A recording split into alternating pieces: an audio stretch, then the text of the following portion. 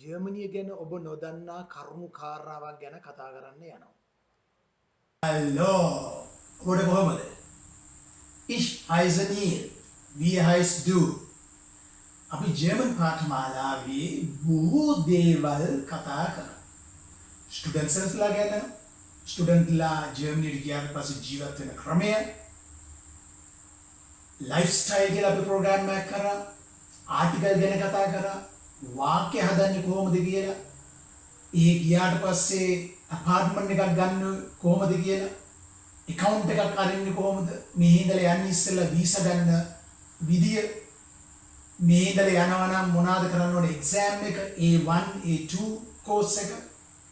එතකොට ස්ටුඩන්ට්ස්ලා ගියාම ඒ යුනිවර්සිටි වල ස්ටඩි කරන දේවල් අනුව ඇප්ලයි කරන්නේ කොහොමද, මේ අනාදී උගා දේවල් German with Neil එකේ අපි කතා කරලා තියෙනවා.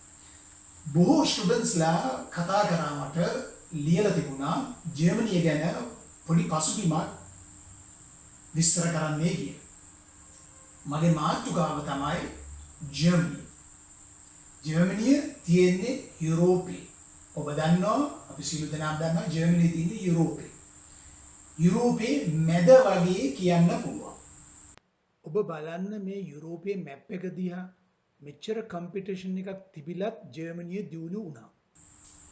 උඩයින් ජර්මනියට නෝර්ත් එකකින් තියෙනවා නෝර්වේ, ඔස්ලෝ, ඩෙන්මාර්කය, කොපන්හේගන්, ස්වීඩන්, මේ අනාදී රටවල් වට කරගෙන තමයි ජර්මනිය තියෙන්නේ. ජර්මනිය මැප් එකක් ඉස්සරහා හිටගෙන ඉන්නකොට වම් පැත්තේ තියෙනවා හොලන්ඩ්, නෙදර්ලන්තේ, ඊට පස්සේ බෙල්ජියම්, ඊට පස්සේ ෆ්‍රාන්සිය, ඊට පස්සේ පල්ලෙහෙන් තියෙනවා ස්පාඤ්ඤ.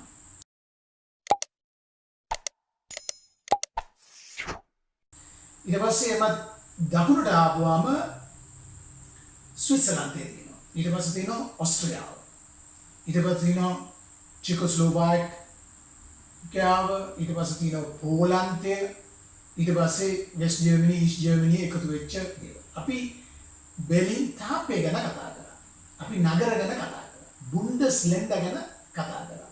බොහෝ දේවල් කතා කරා. එතකොට මේ ජර්මනියේ වටේටම තියෙන නගර රටවල් ඔක්කොම යුරෝපයට අයිති රටවල්. ඕකේ? අපි දැන් යමු ජර්මනි පසුබිමට. ක්‍රිස්තු වර්ෂ 5600කට ප්‍රථමයෙන් තමයි ජර්මනියේ ගර්මානියා කියලා ජාතිය බිහි වෙලා එක එක රටවල් එක්ක සම්බන්ධතාවයෙන් පස්සේ ඊශ්‍රායලයේ පසුබිමින් පස්සේ ව්‍යාප්ත වෙනවා යුරෝපේ. මේ තියෙන්නේ යුරෝපයේ තියෙන පරණ මැප් එකක්. මග්නා ගෙමානියා කියලා තමයි ජර්මනිය මුල් කරන්නේ. ඒතර ෆ්‍රාන්සිය, මහා බ්‍රිතාන්‍ය ඒ වගේ රටවලුත් එක්ක 1871කින් පස්සේ පළමු යුද්ධය, ලෝක යුද්ධය පටන් ගන්නවා. ඊට පසුව 1918 දී රාජ්‍ය ආණ්ඩුවක් කරගෙන යනවා. ඒ ආණ්ඩුවේ නම වයිමාර් රජය. හිට්ලර්ට ප්‍රථමයෙන් හිටපු ෆ්‍රන්ස් ෆ්‍රොම් පාපන්බර්ග් 1930 ගණන් වල මෙයා හිටියා. වයිමාර්. ඕකේ, කයිසර් හිටියේ. ඊට පස්සේ 1933 සිට සමාජවාදී ආණ්ඩුවක් බිහි වෙනවා. ඒ සමාජවාදී ආණ්ඩුවේ 1933න් පස්සේ 38 විතර වෙනකොට දෙවන ලෝක යුද්ධය පටන් ගන්නවා. ඒකට මූලික වෙන්නේ ආඩොල්ෆ් හිට්ලර්. ඔහු ජර්මන් ජාතිකයෙක් නෙමෙයි කියලා අපි කතා කරලා තියෙනවා. හිට්ලර් ගැන කතා කරලා තියෙනවා මේ ජර්මන් with නීල් කියන පේජ් එකේ. බලන්න. ඔහු ඕස්ට්‍රියන් ජාතිකයෙක්.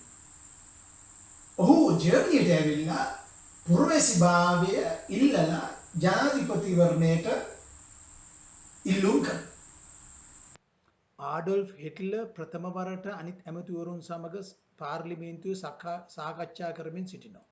ඔහුට එය ලැබුණට පස්සේ ඔහු ප්‍රයෝජනයට ගන්නවා ජර්මනි තිබිච්ච පළවෙනි ලෝක යුද්ධයෙන් පස්සේ, වයිමාර් රජයෙන් පස්සේ 1933 විතර වෙනකොට 30 33 27 28 29 33 වෙනකොට බොහෝ අයට රැකියාවල් තිබුණේ නැහැ. ඒක ප්‍රයෝජනයට ගන්නවා ආඩොල්ෆ් හිට්ලර්.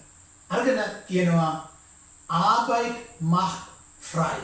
ඒ කියන්නේ රැකියාවක් ඔබ නිදහස් කරයි. රැකියාවක් තියෙනකොට ඔබ නිදහස්. මුදල් හම්බ වෙනවා. ඒකෙන් කාලා බීලා තමන්ගේ වැඩ කටයුතු කරගෙන ඉන්න පුළුවන්. ඒක තමයි එයාගේ මොටෝ එක. එහෙම පටන් අරගෙන තමයි එයා 1938 වෙනකොට සූදානම් වුණා මුළු යුරෝපෙම තරණය කරන්න. එක එක රටවල් අයිති කරගන්න එයා යුරෝපයේ ප්‍රථම වතාවට පෝලන්තයට තමයි ගහන්නේ. සටන් බදින්නේ. බොහෝ අය මිය යනවා. ඔහුගේ ලොකු විරුද්ධවාදයේ විදියට හිටියේ ජුදෙව්වරු මිලියන් 6ක් ඝාතනය වෙනවා. හොලොකවුස්ට් කියලා ඔයගොල්ලෝ අහලා ඇති. ඒක පෝලන්තයේ තියෙන්නේ. එතකොට මේ තමයි පෝලන්තයේ අවුෂ්විට්ස් කියන හොලොකවුස්ට් තැන. ඒ ආශ්‍රිතව හැම කෙනාම යුදෙව්වන්ව ඒ ට්‍රාන්ස්පෝර්ට් කරලා ඔවුන්ව ගෑස් ගහලා ගෑස් කමවලට ගෙනියලා කූටු උපක්‍රම යොදවලා මරනවා. ගෑනු අය, පිරිමි අයව, ළමයි යුදෙව් කියන සියලු දෙනාම. ඕකේ? මිලියන 11ක් විතර ඉඳලා තිනවා ඒ කාලේ යුදෙව්වරු මුළු යුරෝපයේම පැතිරිලා. රුසියාවෙත් හිටියා. ලෙට්ලන්ඩ්, ලිටවුන්, එස්ලන්ඩ්, එතනින් ගියාම අනිත් යුරෝපයේ දැනට තියෙන රටවල් නෙදර්ලන්තය, ස්පාඤ්ඤ, ප්‍රංශය වැනි රටවල හැමතැනම මේගොල්ලෝ මැරුණා. 11න් 5ක් ඉතුරු වුණා, 6ක් නැති වුණා. සාක්ෂි පිට තියෙනවා මිලියන් 5.3 මිලියන් 5.3ක් මැරුණයි කියලා සාක්ෂි නැතිව තියෙනවා ලක්ෂ 7ක් විතර. 1 මිලියන් කියන්නේ 6.6යි. ඕකේ? 6 මිලියන් කියන්නේ 6.6යි. 1 මිලියන් කියන්නේ 1.6යි. ඕකේ? දෙවන ලෝක යුද්ධයේදී මේ ඝාතනය සිදු වෙනවා. ඒ ඝාතනයේ ප්‍රතිඵලයක් වශයෙන් අන්තිම කාලයේදී 1944-45 වෙනකොට සෝවියට් යුනියන් එක හිට්ලර්ට එක සටන් වැදිලා ඔහුව පරාජය කරනවා. හිට්ලර්ට යන්න නැති වෙලා ඔහුගේ බිරිඳ එක දවසකට ඉස්සෙල්ලා විවාහ වෙච්ච ඒවා බ්‍රවුන් සියන්කාලි බීලා මැරෙනවා. ඔහු වෙඩි තියාගෙන මැරෙනවා. ඕක තමයි එක කතාව. ඒක හිට්ලර් ගැන කතා කරනකොට මම ඒ වීඩියෝ එකේ කතා කරලා තියෙනවා. ඕකේ? සමහර අය කියනවා ඔහු පලා ගියයි කියලා. ඔහුගේ මිත්‍රයන් එක්ක ස්පාඤ්ඤේ කැනරි අයිලන්ඩ් කියලා තියෙනවා පොඩි අයිලන්ඩ් වගේ. ඒක තියෙන්නේ මොරොක්කෝවේ වම් පැත්තේ බටහිරෙන් ඉඳලා ආජන්ටිනාවට ගියයි කියලා. ඕකේ. ඊට පස්සේ 1949 වෙනකොට මැයි 23 විතර වෙනකොට අලුත් ආණ්ඩුවක් එනවා ඩෙමොක්‍රැටික් ජනරජය කියලා. ජර්මානු කොටස ප්‍රජාතන්ත්‍රවාදී ජනරජයක් එනවා. 1949 මැයි මාසේ විතර වෙනකොට. DDR ගැන මම කතා කරලා තියෙනවා කවුද බර්ලින් තාප්පය කැඩුවේ කියලා ටයිටල් එක. ඒකත් මේ ජර්මන් විත් නීල් එකේ තියෙනවා. DDR කියන්නේ ජර්මානු ප්‍රජාතන්ත්‍රවාදී ජනරජය. Democratic Deutsche Republic. ඊට පස්සේ ඒකේ වෙස් පැත්තට කිව්වේ BRD කියලා. BRD Bundesrepublik Deutschland. ඔබට මෙතනින් පෙනී යනවා BRD එකයි DDR එකයි තිබුණ විදිය. මේ DDR එක 1961 අගෝස්තු මාස වෙනකොට කාටත් කියන්නේ නැතුව සූදානමකින් හැබැයි මහජනයා නොදැනුවත්ව දැනුවත් කරන්නේ නැතුව තාප්පයක් ගහන්න පටන් ගන්නවා. මෙතන කිලෝමීටර් 53ක් වගේ මට මතකයි. බර්ලින් නගරේ භාගයක්කුයි බර්ලින් අවට තියෙන ප්‍රදේශ ඔක්කොම තාප්ප ගහලා වහනවා. ඕකේ. 1989 වෙනකොට DDR වල සාමකාමී විප්ලවයකින් පසුව ජර්මන් ප්‍රශ්නය විසඳිලා 1990 ඔක්තෝබර් මාසෙ වෙනකොට රටවල් දෙකම එක රටක් බවට පත් වෙනවා. DDR එකයි BRD එකයි. ඔබට මෙතනදී පෙනී යනවා ඊස්ට් ජර්මනියේ තිබුණු නගරවල්. ඒ වෙනම කොටස ඊස්ට් ජර්මනිය. ඒ වගේම ඔබට පෙනී යනවා වෙස්ට් ජර්මනියේ ඊස්ට් ජර්මනියේ තිබුණේ ෆ්ලැග් දෙක. ඒකේ වෙනස. ඒ කාලේ හිටපු චාන්සලර්ගේ නම තමයි හෙල්මුට් කෝල්. මේ ඉන්නේ බුන්ඩස් කන්ස්ලර් හෙල්මුට් කෝල්. ඔහුගේ අතේ තියෙන ගෝව ගෙඩියක්. කෝල් කියන්නේ ගෝව. අහලා ඇති. ඒක ගැන තමයි ඔය හිනා. පත්තරවල ගියා 2005 ඔහු සුනාමි වලට ලංකාවේ හිටපු චාන්සලර් කෙනෙක්. හෙල්මුට් කෝල් කෙනෙක්. ඔහුගේ ළඟම හිටපු ගෝලයා තමයි ඇන්ජෙලා මෑකල්. තාමත් මේ 2021 වෙනකොට මේ මාර්තු මාසේ තාමත් ඇන්ජෙලා මෑකල් තමයි chancellor වෙලා ඉන්නේ. මේ ඉන්නේ අංගලා මෑකල්, most powerful woman in Europe. 2005 පටන් ගත්තේ 2021 වෙනකොට ඇය තාම ඉන්නවා. එතකොට නැගෙනහිර ජර්මනු රටවල් පහක් මෙන්ම නැගෙනහිර බටහිර බර්ලින් යන රටවල් ඔක්කොම එකතු වුණාම ප්‍රාන්ත 1990 ප්‍රාන්ත 16ක් වෙනවා. ප්‍රාන්ත 16ක් වෙනවා. ඊස්ට් ජර්මනියයි වෙස්ට් ජර්මනිය එකතු වුණාට පස්සේ එක මාක් එකක් තියෙනවා. ඒ මාක් එක තමයි D. D කියන්නේ ඩොයිච්ලාන්ඩ්. මේක මම හිතනවා වැදගත් කියලා. ඒක නිසා අපි ප්‍රාන්ත 16 මම නම් කරන්න. ඩොයිච්ලාන්ඩ් කියන්නේ ජර්මනිය. බුන්ඩස්ලැන්ඩ් කියන්නේ දිස්ත්‍රික්ක 16. නෝර්ත් රයින් වෙස්ට්ෆාලන් කියන්නේ එක ප්‍රාන්තයක්. ඒකේ කැපිටල් එක ඩුසෙල්ඩෝර්ෆ්. නීඩර්සාක්සන් කියන්නේ නෝර්ත් එකේ තියෙන්නේ හැම්බර්ග් වලට පල්ලෙහා. ඒකේ කැපිටල් එක හැනෝවර්. ඊට පස්සේ තියෙනවා බයන්. ඔයාලා අහලා ඇති මියුනික්, බයරිෂ්, බයන්, මියුනික් තමයි කැපිටල් එක. රයින්ලන්ඩ් ෆල්ස් ඒකේ කැපිටල් එක මයින්ස්. ඊට පස්සේ හෙසන් කැපිටල් එක වීස්බාඩන්. සාලන්ඩ්, සබ්රුකන්, බර්ලින්. බර්ලින්ම තමයි නගරය. බර්ලින් වල බොහෝ අය මුළු ලෝකෙම දන්න නගරයක් බර්ලින්. එතකොට බ්‍රැන්ඩන්බර්ග් මුළු ලෝකෙම වගේ දන්නවා මේ බෙලින් තාප්පෙත් එක්ක සම්බන්ධතාවයක් තිබුණු. ඒකේ ප්‍රධාන නගර තමයි ඒ ප්‍රාන්තේ පොස්ට්ඩම්. ශ්ලීස්විග් හොල්ස්ටයින් නෝර්ත් වල තියෙන්නේ ඩෙන්මාර්ක් කිට්ටුව. ශ්ලීස්විග් හොල්ස්ටයින් වල කැපිටල් එක කීල්. මෙක්ලන්බෝග් ෆෝපමන් ඒකත් තියෙන්නේ ඊස්ට් සී එකේ ස්වීඩන් වලට යන ඒ පැත්තේ. ශ්වේරීන් කැපිටල් එක. ට්‍යුරින්ගන් ඒක තියෙන රට මැද්දේ ඊස්ට් පැත්තේ එයාෆෝර්ට් කැපිටල් එක එයාෆෝර්ට්. සක්සන් කැපිටල් එක ඩ්‍රේසන්. සක්සන් අන්හල්ට් වල කැපිටල් එක මග්ඩබෝර්ග්. බ්‍රේමන් චූටි ප්‍රාන්තයක්. චූටිම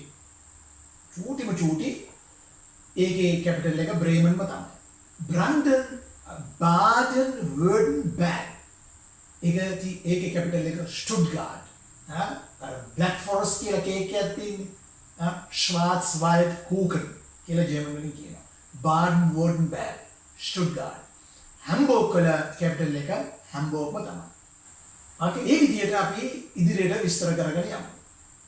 නෝර්ත් රයින් වෙස්ට්ෆාලන් වල 17 මිලියන් ඉන්නවා. 17 මිලියන් කියන්නේ 17.6.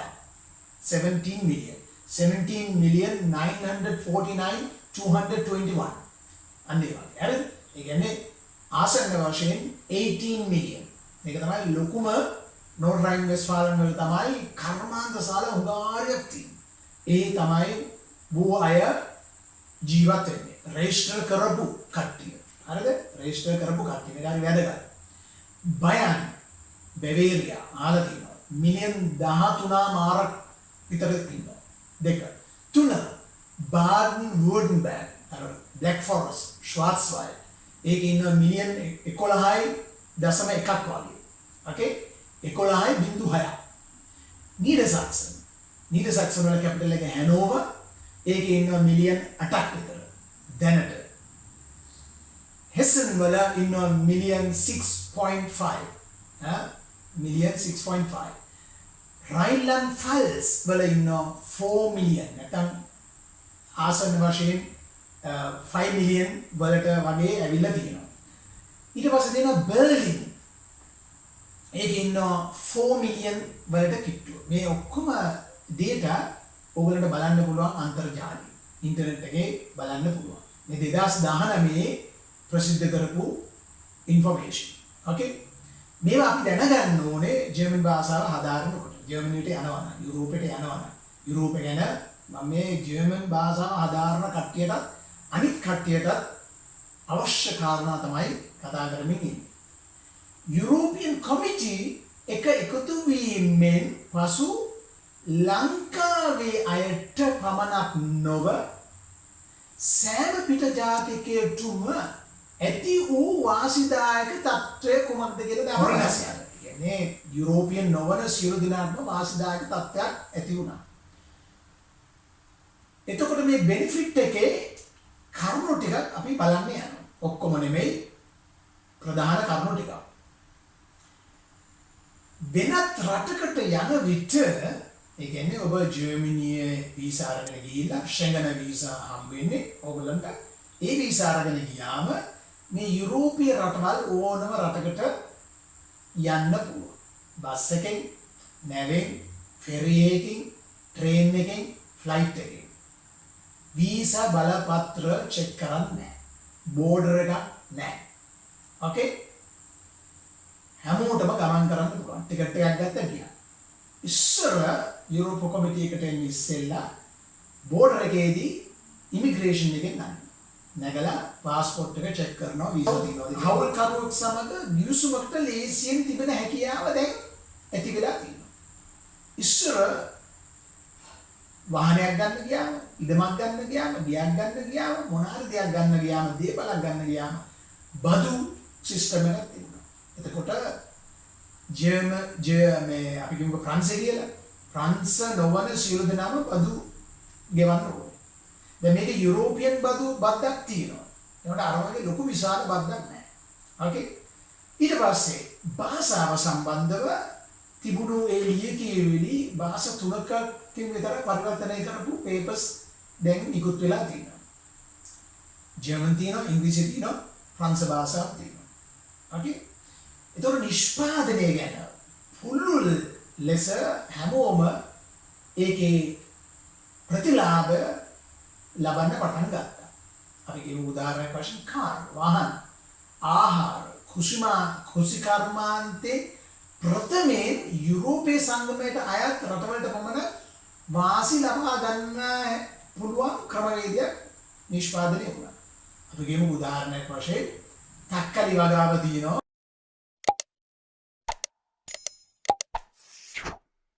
නෙදර්ලන්තේ හරි ප්‍රසිද්ධයි මස් තක්කලි. ඕකේ. මේ මස් තක්කලි ජර්මනියට ගේනකොට බදු අය කරනවා බෝඩර් එකේ. ඒ බද්ද දැන් නැහැ. ඒ ඔක්කොම යුරෝපියන් කොමිටිය ඇතුලේ තියෙනවා. ෆ්‍රාන්සයෙන් Peugeot කියන කාර් වාහනය ජර්මනියට ගේනවා. ට්‍රේන් එකේ යනවා නැත්නම් ෆ්ලයිට් එකේ යනවා. වාහනේ මිලදී ගන්නවා. ඒ දවස්වල තිබුණේ ෆ්‍රෙන්ච් ෆ්‍රැන්ක් කියන ඒක ජර්මන් මාක් තිබුණේ. ජර්මන් මාක් ෆ්‍රෙන්ච් ෆ්‍රැන්ක් වලට මාරු කරලා ඒ වලින් ඒකේ මිලදී අරගෙන වාහනේ අරගෙන එනකොට බෝඩර් එකේ ඔක්කොම පේපර්ස් තියෙනවා. ඒතකොට බදු උමාරු එතනදී සිද්ධ වෙනවා. දැන් ඒවා නැහැ. උදාහරණයක් වශයෙන් ආහාරත් එහෙමයි. ඒ කියන්නේ යුරෝපය ඇතුලේ ඒක ඒ යුරෝපයේ ඔක්කොම රටවල් එක රටක් වුණා. ඕකේ. බෝඩරේ නැහැ. ඊට පස්සේ ලොකු උදාහරණයක් තමයි Airbus එක. වහලා ඇති Airbus 747 Airbus 380 Airbus 321 ඔන්න වගේ Airbus ඉන්ඩස්ට්‍රි එක. ටොන් 560ක් ගෙනියන Airbus A380 Lufthansa. ඒ කර්මාන්තේ යුරෝපියන් සාමූහික නිෂ්පාදනය joint venture ඔක්කොම එකතු වෙලා තමයි නිෂ්පාදනය කරන්නේ. එතකොට ඒකට සහභාගී වෙච්ච රටවල තමයි ජර්මනිය, ප්‍රංශය, මහා බ්‍රිතාන්‍ය, ස්පාඤ්ඤය. ඉතාලිය පෘතුගීසියත් ඒ වලට මේ පාත්ස් වලින් සම්බන්ධ වෙනවා. ප්‍රධාන වශයෙන් ප්‍රංශය අපි උදාහරණයක් වශයෙන් කියමු තතු දෙක. කොක්පිට් එක කරන්නේ ස්පාඤ්ඤයේ උදාහරණයක් වශයෙන්. එන්ජින් දෙක රෝල්ස් රොයිස් ආයතනයේ UK මහා බ්‍රිතාන්‍යයේ මෙන්න මේ වගේ බොඩි එක ජර්මනියේ පුටු ජර්මනියේ. එතකොට මේ ක්වොලිටි එකකින් එයාබස් එකක් නිෂ්පාදනය වෙනවා. එකමුතුකමින් සියලු දෙකේ සාර්ථක වෙන්නේ නැහැ. තනියම කරනවට වැඩිය එකමුතුකම තියෙනකොට සාර්ථකත්වයකට ඉක්මනට එන්න පුළුවන්. ක්වොලිටි එක A1 ක්වොලිටි එක ඉස්මතු වෙනවා. ඇයි? රටවල් 5ක 6ක වෙන සංස්කෘති වලින් වෙන භාෂාවකින් වෙන ඇසකින් බලනවා වැරදි වෙච්ච තැන්. ඒවා කතා කරන එක මේසෙකද. කතා කරලා තමයි මේ වැඩේ පටන් ගන්න. එතකොට මේගොල්ලෝ Boeing 747 ඇමරිකාවේ ඒ යාන්ත්‍රාවලට කම්පිටිෂන් එකකට තරගකාරීත්වයකට තමයි මේ Airbus A380 එක නිෂ්පාදනය කරන්නේ. ඒකේ දාන්න පුළුවන් මේ තියෙන්නේ ලුෆ්තන්සා එයාබස් එකේ කොක්පිට් එක. ඊට පස්සේ මේ ඉදිරියට එනවා ෆස්ට් ක්ලාස් නිදාගෙන යන්න පුළුවන් කැබින් එකක්. කොහොමද? හොඳද? ලස්සනද? පැසෙන්ජර්ස්ලා 1000ක් විතර දාන්න පුළුවන් විදියට තමයි නිර්මාණය කරන්නේ. ඒක රෙඩියුස් කරා 850කට විතර සීමා කරා. සමහර ඒවා තවත් සීමා කරා 640කට වගේ. හරි? ඒකේ ඩිස්ටන්ස් එක non stop ඒ කියන්නේ කොහෙවත් නවත්තන්නේ නැතුව කෙරොසින් දාගෙන පැසෙන්ජර්ස්ලා මේ Airbus 380 වගේ යානා යන්න පුළුවන් පැය 10ක් 10මාරක් පුරෝගෙන යන්න පුළුවන් ලැගේජ් එක කිලෝමීටර්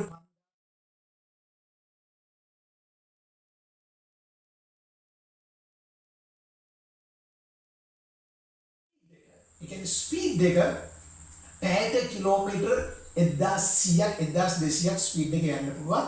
පැසෙන්ජර්ස්ලාත් එක්ක යන්නේ සාමාන්‍යයෙන් 940ක් 950කට වැඩිය ස්පීඩ් එකකින් යන්නේ නැහැ. ඕකේ. එතකොට 2018 විතර වෙනකොට මේගොල්ලෝ මේ සාර්ථකත්වයට ආවට පස්සේ මේ Airbus එක මේක ජොයින්ට් වෙන්චර් එකමුතුව ප්‍රොඩක්ෂන් එකක් නේ. එතකොට මේක මාකට් එක වැඩි. යුරෝපයේ එකමුතුව ඒ කියන්නේ එක රටක් නෙමෙයි රටවල් උංගාරියක් එකතු වෙලා මේක නිෂ්පාදනය කරන්නේ. මේගොල්ලෝ මේ ෆ්ලයිට් 330ක් විතර ඕඩර් කරා. 2005 තමයි පළවෙනි ෆ්ලයිට් එක එළියට දාලා Airbus 320 ඊට පස්සේ තමයි 219 ආවා ඊට පස්සේ 321 ආවා. ඒක ප්‍රසිද්ධ වෙලා මාකට් එක පුරා සැරසැරුවා. ෆ්ලයිට් 249ක් ඕඩර් කරා වර්ල්ඩ් වයිඩ්. සිංගප්පූර් එයාර්ලයින් ඒවා එක ප්‍රසිද්ධ එයාර්ලයින් උදාහරණයක් වශයෙන් එමිරේට්ස් අන්න ඒ වගේ කැතේ පැසිෆික් ඒ වගේ ලොකු ආයතන වලින් ඕඩර් කරා. ඒ ඕඩර් කරලා ඒගොල්ලෝ කිව්වා 2020 වෙනකොට 2019 2020 2020 වෙනකොට ඔක්කොම ඩෙලිවරි කරනවායි කියලා. ඒ කියපු විදියට ෆ්ලයිට් 249ක් ඕඩර් කරලා තිබුණා 246ක් 2020 මුල් කාලේ බාර දුන්නා. ලුෆ්තාන්සා ගාව තියෙන Airbus A380 ඊට පස්සේ Emirates British Airways හුඟක් එයාර්ලයින් මේ Airbus එක ගත්තා. මේකෙන් හුඟක් ලාභ ප්‍රයෝජන තියෙනවා. ඒවා ෆ්ලයි කරනවා. ඕකේ මම මේ කියන්නේ යුරෝපයේ time is money කිව්වොත් කරනවා. රවටන්නේ නැහැ. මිනිස්සුන් අපහසුතාවයට ලක් කරන්නේ නැහැ. මිනිස්සුන්ට අපරාධ කරන්නේ නැහැ. ඒගොල්ලෝ ඒ වෙලාවට දුන්නේ නැත්නම් ඒගොල්ලන්ට සල්ලි දෙන්නත් වෙනවා. ඒක නිසා වෙලාව අනුව තමයි මේ වැඩ කටයුතු කරන්නේ. ඒගොල්ලෝ කැල්කියුලේට් කරනවා. මෙච්චර කාලයක් අපිට වින්ග්ස් වලට යනවා. මෙච්චර කාලයක් අපිට බොඩි එකට යනවා. මෙච්චර කාලයක් අපිට කොක්පිට් එකට යනවා. මේ ඔක්කොම එකතු කරාම තව ඉලක්කයක් තියෙනවා. අලුත් සිස්ටම් එකක් තියෙනවා. ඒ සිස්ටම් එක ෆන්ක්ෂන් වෙනවා. ඒක තමයි වෙනස. System must be changed. කියලා ඔයගොල්ලෝ අහලා තියෙනවා නේ. ඒක ඒ විදියටම වෙනවා. ඊට පස්සේ තියෙනවා train system එකක්. අපේ ලංකාව වගේ train system එකක්, ජර්මනි train එක ගොඩක් ප්‍රසිද්ධයි.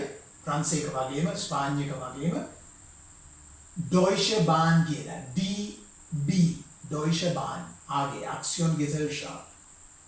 මේ තියන්නේ පැයට කිලෝමීටර් 330ක වගේ වේගෙන් යන්න පුළුවන් ඒ 280කට යන පැසෙන්ජර්ස්ලත් එක්ක ඉන්ටර්සිටි එක්ස්ප්‍රස්. බලන්න මේ බ්‍රසල්ස් වෙනකම්ම මේගොල්ලෝ ජර්මනිය හරහා කොමිටි එකකින් පස්සේ මේ Deutsche Bahn එක උගා ව්‍යාප්ත වුණා.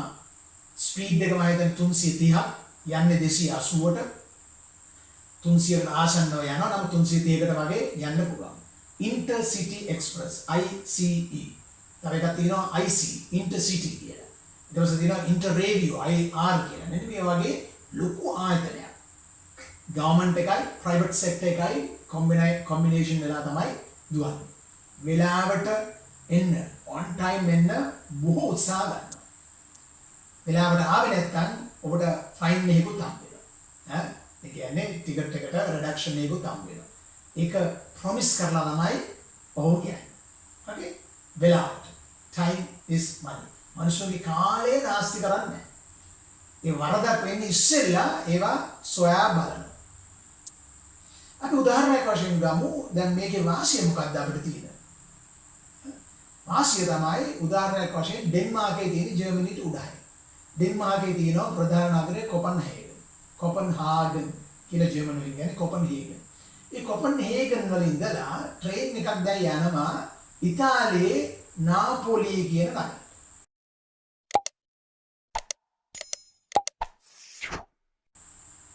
එහෙම හිතමුකෝ. එහෙම යනවා. ඉතින් ට්‍රේන් ගහලා බලන්න පුළුවන්. එතකොට ඩෙන්මාර්කය කියන්නේ විවිධ රටක්. ජර්මනිය කියන්නේ තව රටක්.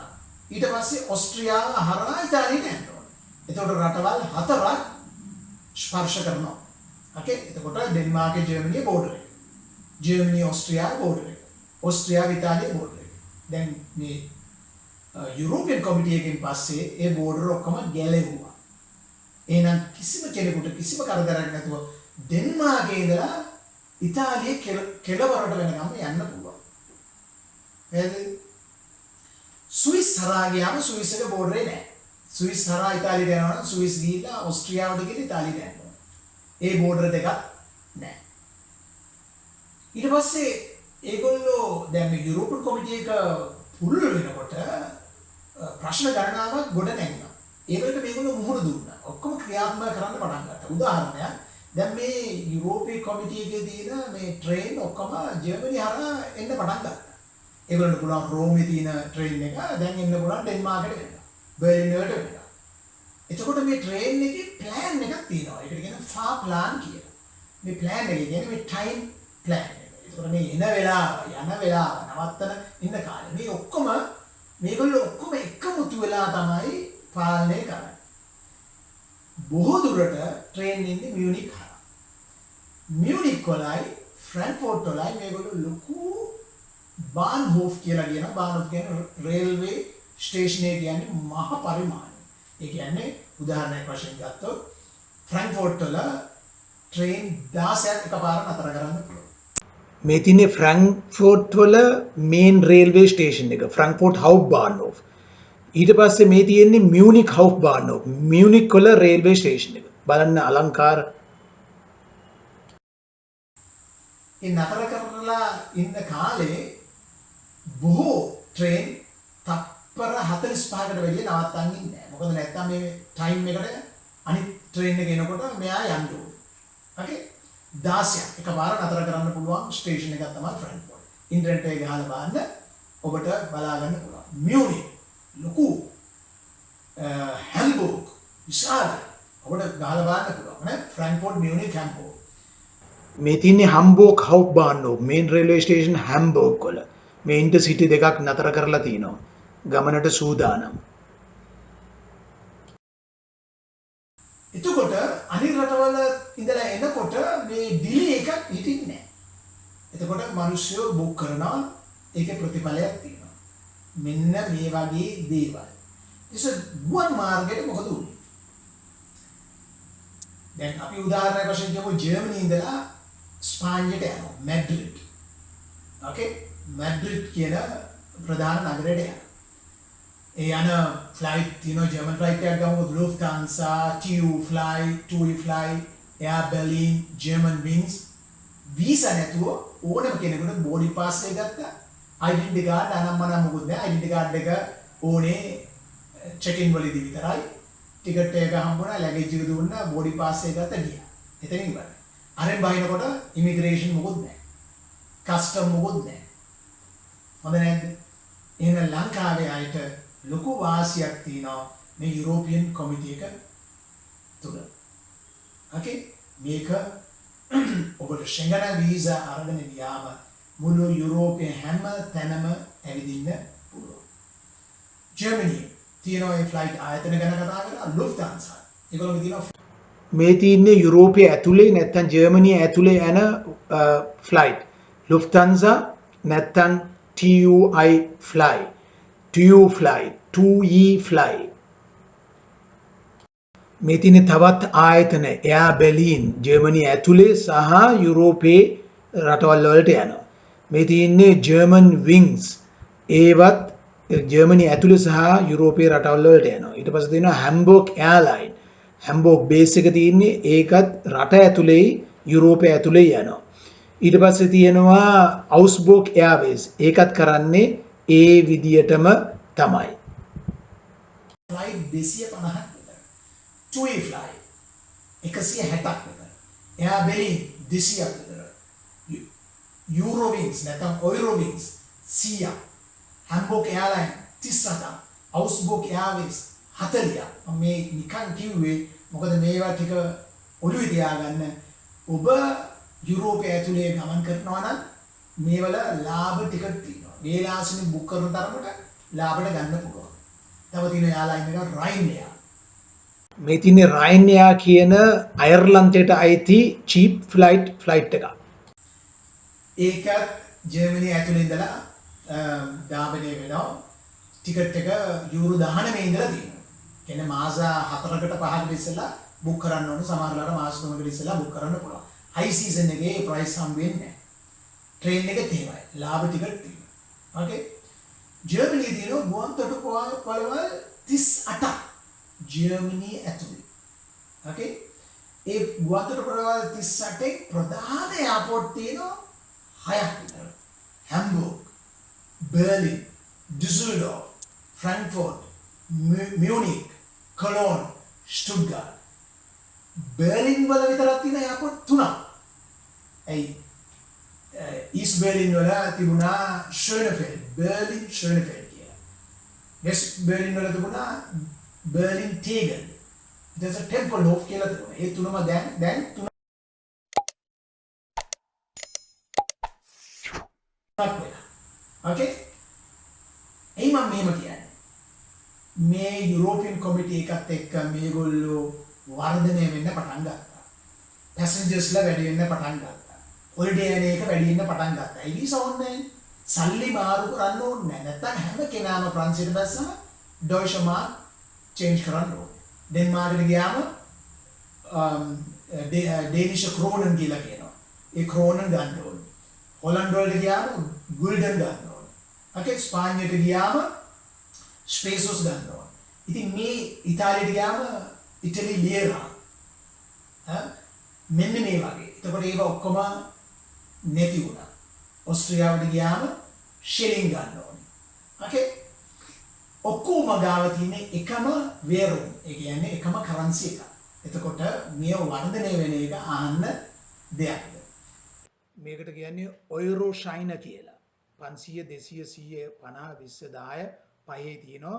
ඊට පස්සේ ඉතුරු ටික කාසි. හැම රටකම මේ විදියට තමයි තියෙන්නේ. චූටි වෙනස්කම් තියෙනවා. නමුත් එකම සයිස් එක එකම මොඩල් එක ඒ රටවල් වල තියෙන සිම්බල් එකක් ඇර වෙන මුකුත් කිසිම වෙනසක් නැහැ. ඊට පස්සේ තියෙනවා ප්‍රධාන ගංගා කීපයක් ජර්මනි. එකක් ඇවිල්ලා ඩෝනව්. ඒ ගැන මේ A1 එක්සෑම් එකටත් අහලා තිබුණා මම දැක්ක ආටිකල් එක. මේ මැප් එකෙන් පේන්නේ රතු පාටින් පේන්නේ මුළු යුරෝපයේම තියෙන ගංගා. ඩෝනාව් එක හැම්බෝග් කියලා ඉඳලා කිලෝමීටර් 2850ක් බුඩපෙස්ට් වලට එහා වෙනකන් යන්න පුළුවන්. ඒ වෝල්ගා කියන රෂියාවේ තියෙන ඒ රිවර් එකට වැඩිය ඒ දෙවෙනි විශාලම රිවර් එක තමයි ඩෝනාව්. මේකේ රටවල් 10ක් පව කරගෙන යන්න පුළුවන්. මේ තියෙන්නේ ඩෝනාව් කියන ගඟ. බලන්න කොච්චර අලංකාරද කොච්චර ලස්සනද පිළිවෙලයි. හුඟක් බොහෝ අය පෙන්ෂන් ගිය අය වෙලා කාල වෙලාව තියෙන අය දවස් 14 දවස් 30 එහෙම හොලිඩේ ගත කරනවා ඒ ෂිප් එකේ. ඒ නැගේ. ඒකේ කැබින් තියෙනවා. 200කට 250කට විතර යන්න පුළුවන්. මේව වර්ධනය වෙන්න පටන් ගත්තා. වීසා ඕනේ නැහැ, සල්ලි මාරු කරන්න ඕනේ නැහැ. බහැලා රෙස්ටොරන්ට් එකකට ගිහලා කාලා ඉන්න පුළුවන්. එතකන් නැව නවත්තලා තියෙනවා. ඒවා තියෙනවා. ඒවා ඔක්කොම ඉන්ටර්නෙට් වල බලන්න පුළුවන්. ඔය තියන්නේ අරෝසා කියන ඒ ගංගාවල් වල ධාවනය වන නැව්වල ඇතුලේ මේ තියන්නේ කැබින් එකක් මේ තියන්නේ රෙස්ටොරන්ට් එකක් මේ නැව මේ යුරෝපයේ ඇතුලේ විතරයි යන්නේ හරිම අලංකාරයි ලාභෙට යන්න පුළුවන් හරිම ලස්සනයි ලෝඩ් එකක් අදින්න අවුටෝබාන් එක හයිවේ එක පාවිච්චි කරනවා ඒ පාවිච්චි කරන වෙනුවට ඒතකොට ට්‍රැෆික් එක වැඩි වෙනවනේ බර දේවල් ලාභෙට ඒ කියන්නේ වාහන වල පටවගෙන යනවට වැඩිය මිල අඩු ක්‍රමයක් මේගොල්ලෝ යොදාගත්තා මේ ඩෝනාව් වලයි රයින් වලයි නැව් වල ගෙනියන්න. මේ තියෙන්නේ රයින් වල මේ ගඟේ ඒ වල තමයි ওই බර දේවල් ප්‍රවාහනය කරේ. දැන් මෙතන මේ ෆ්ලයිට් එකක් අරගෙන යනවා මේ නැවේ පේනවා. සමහර තැන්වල ඒ ගඟ කොච්චර පළලද කිව්වොත් නැව් 4ක් විතර එහාට මෙහාට එකපාර මාරු වෙන්න පුළුවන් තරමට පළල තැන් තියෙනවා. ඕකේ? එතකොට ඒවල ඇඳන් තියෙනවා. ඒවල කැබින් තියෙනවා. හරියට ලිවිං රූම් එක වගේ. හිමින් යන්නේ. ඕකේ? ඒවල half boat තියෙනවා, bed and breakfast තියෙනවා, full boat තියෙනවා.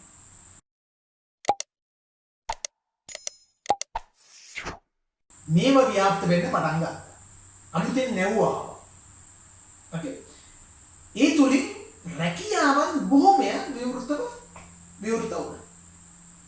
දැන් පේනවාද මේ යුරෝපියන් කොමිටි එකේ ඇග්‍රීමන්ට් එකෙන් පස්සේ රටවල් වලට ලැබුණු වාසි. සියලුම මාර්ගය රජය විසින් විධිමත්ව සැකසුම් කරලා තියෙනවා. ගැඹුර හාරලා පළල් කරලා පස්කණ්ඩි වට වැටෙන්නේ නැති වෙන්න ඒවා සුරක්ෂිතව ඒ වැටවල් බඳින්න පටන් ගත්තා. ඕකේ. ගැඹුර වගේම ජලය රඳවා ගැනීමේ උපක්‍රමයක් වශයෙන් එහි අවට තිබෙන ගස් නොකැපීමට බලවත් ලෙස විධිවිධාන භාවිතා කරනවා. බලන්න පරිසරයේ ලස්සන වම් පැත්ත දකුණු පැත්ත නැවකින් යනකොට මේව නරඹන්න කොච්චර වාසනා කරන්න ඕනද එක ගහක් ගවන්නේ එක ගහක් උගුල්ලන්නේ එක ගහක් කපලා විනාශ කරන්නේ හරිම සුන්දරයි ගස් කපන්න බෑ ගංගාවල් අයිනේ තියෙන්නේ කිසි විදිහක කපන්න බෑ ගංගාවල් අයිනේ නැති වුණත් ගස් කපන්න තහනම් කැපුවොත් ලොකු දඬුවමක් එක්ක තරාතිරම් නොබලා ලංකාව වගේම තමයි මගේ තාත්තා පාර්ලිමේන්තුවේ ඉන්නේ මන්ත්‍රී කෙනෙක් ඒ ලංකාව වගේම තමයි පුතා වරදක් කරොත් තාත්තා මන්ත්‍රී වුණාට අත්අඩංගුවට ගන්නවා ලංකාව වගේම ඒත් එහෙම තමයි. ඕකේ. එතකොට රජයට වඩා පුද්ගලික සංවිධාන මගින් මේ සියලු දේ ආරක්ෂා කරනවා. ඇයි ඒගොල්ලෝ පරිසරයට ආදරේ. ගස් කොළන් වලට ආදරේ. ඕකේ. කොළ පාටට ආදරේ. පස් කපන්නේ නැහැ. වැලි කපන්නේ නැහැ. ඒ දීලා තියෙන ප්‍රමිතිය අනුව තමයි වැඩ කරන්නේ. ඒ කපන්න යන්නේ කෙනා ගිහිල්ලා කියන අයියෝ මෙතන මේක කැපුවොත් මේක මේවා දිය වෙලා යනවනේ. එතකොට මේ ගඟට හානියක් වෙනවනේ කියලා එයාම ගිහිල්ලා කියනවා. පේනවද? ඔළුවෙන් ක්‍රියා කරන්න. ලංකාව වගේ මේ මොකද මේ කියන්නේ? බොක්කෙන් නේ? එහෙම නෙවෙයි. තමන්ගේ වාසිය නෙමෙයි රටට ආදරේ. අපේ ලංකාව වගේම තමයි නේ. ඔය ඉන්න මුළු සෙට් එකම ලංකාවට ආදරෙන්නේ. ඒක නිසානේ මේ වගේ වැඩ කරන්නේ. ලංකාවට කියන්නේ අපේ රටට වැඩිය චුට්ටක් ආදරේ. පරිසරය ගැන ඒගොල්ලෝ අවධානය යොමු කරනවා. පරිසරයට කිසිදු හානියක් නොවන ලෙස. ඒගොල්ලෝ දන්නා ඔක්සිජන් කන්න නෙමෙයි තියෙන්නේ. ඔක්සිජන් ආශ්වාස ප්‍රාශ්වාස කරනවා. මම උස්ම ගන්නේ මේ ගස් තියනකොට කියලා මේ සියලු දෙනාට පොඩි කාලේ ඉඳලම උගන්වනවා. ගස් වලින් තමයි CO2 නිපදවන්නේ. ජලය රඳවා ගන්න. පොඩි කාලේ ඉඳලම ඉගෙන ගන්න. මේක ඔළුවේ තියෙනවා. ඉතින් කවුරුත් අහන්න යන්නේ නැහැ. මේවා මොකටද? ඔක්සිජන් කන්නද කියලා කවුරුත් අහන්නේ. ඊට පස්සේ මේ ගංගාවල යනවා මම ප්‍රධාන දෙකක් ඔයගොල්ලෝට කියන්නම් ප්‍රධාන ආයතන දෙකක්. මේ තියෙන්නේ තව නැවක් ඒ ගංගාවල යන අරෝසා කියලා ලොකු නැවක්. ඒකේ ඔය නගරවල් කිට්ටුවෙන් යනවා මේ ගම් පළාත් වලින් යනවා හරිම ලස්සනයි. දවස් 14කට වගේ බුක් කරන්න පුළුවන්. ඩෑෂ් රෝසා ආරෝසා කියලා. ඒගොල්ලෝ යනවා ප්‍රසිද්ධයි රයින් එකේ ඩෝනව් එකේ. ඊට පස්සේ ඉන්නවා කාඩේ ෂිප් KD කර්න and Düsseldorf Cologne and Düsseldorf කියලා. ඒගොල්ලෝ යන්නේ පොඩි පොඩි අතු ගංගාවල ඒගොල්ලෝ දවසේ නැත්නම් දවස් එකමාර නැත්නම් වීකෙන්ඩ් වල යනවා. මේ තියෙන්නේ අතු ගංගාවල යන්න පුළුවන් රූට් එකක්. මේ වලත් යනවා බොහෝ අය. ඔෆර් කරනවා වීකෙන්ඩ් ට්‍රිප්. විවාහ මංගල. නැත්නම් උපන්දින සාධක. මීටිං, බිස්නස් මීටිං වලට. මේ අය මේ සියලු දේ ව්‍යාප්ත කරන්න පටන් ගත්තා. මේකත් එක සාධකයක් තමයි. මේවා ගිහිල්ලා ගියොත් ඔබට අවස්ථාවක් තිබුණොත් බලන්න. යුරෝ 29 යුරෝ 39 49 ඉඳලා ප්‍රයිස් තියෙනවා යුරෝපය ගැන බලන්න. මේවා දැනගන්න. ඊට පස්සේ අපි කතා කරමු වාහන සම්බන්ධව. වාහන මාකට් එකට මොකද උනේ? ඔබ අහලා තියෙනවා BMW. BMW කියන්නේ Bayerische Motorenwerke. Bayerische Motorenwerke. මේ වලට තමයි ක්වොලිටි කියන්නේ. දිරන්න ඇලුමිනියම් වලින් හදලා තියෙන්නේ high quality A1 quality. world wide හැමෝම ගන්නවා මේ වගේ වාහන මේ රේස් පදින වාහනයක්.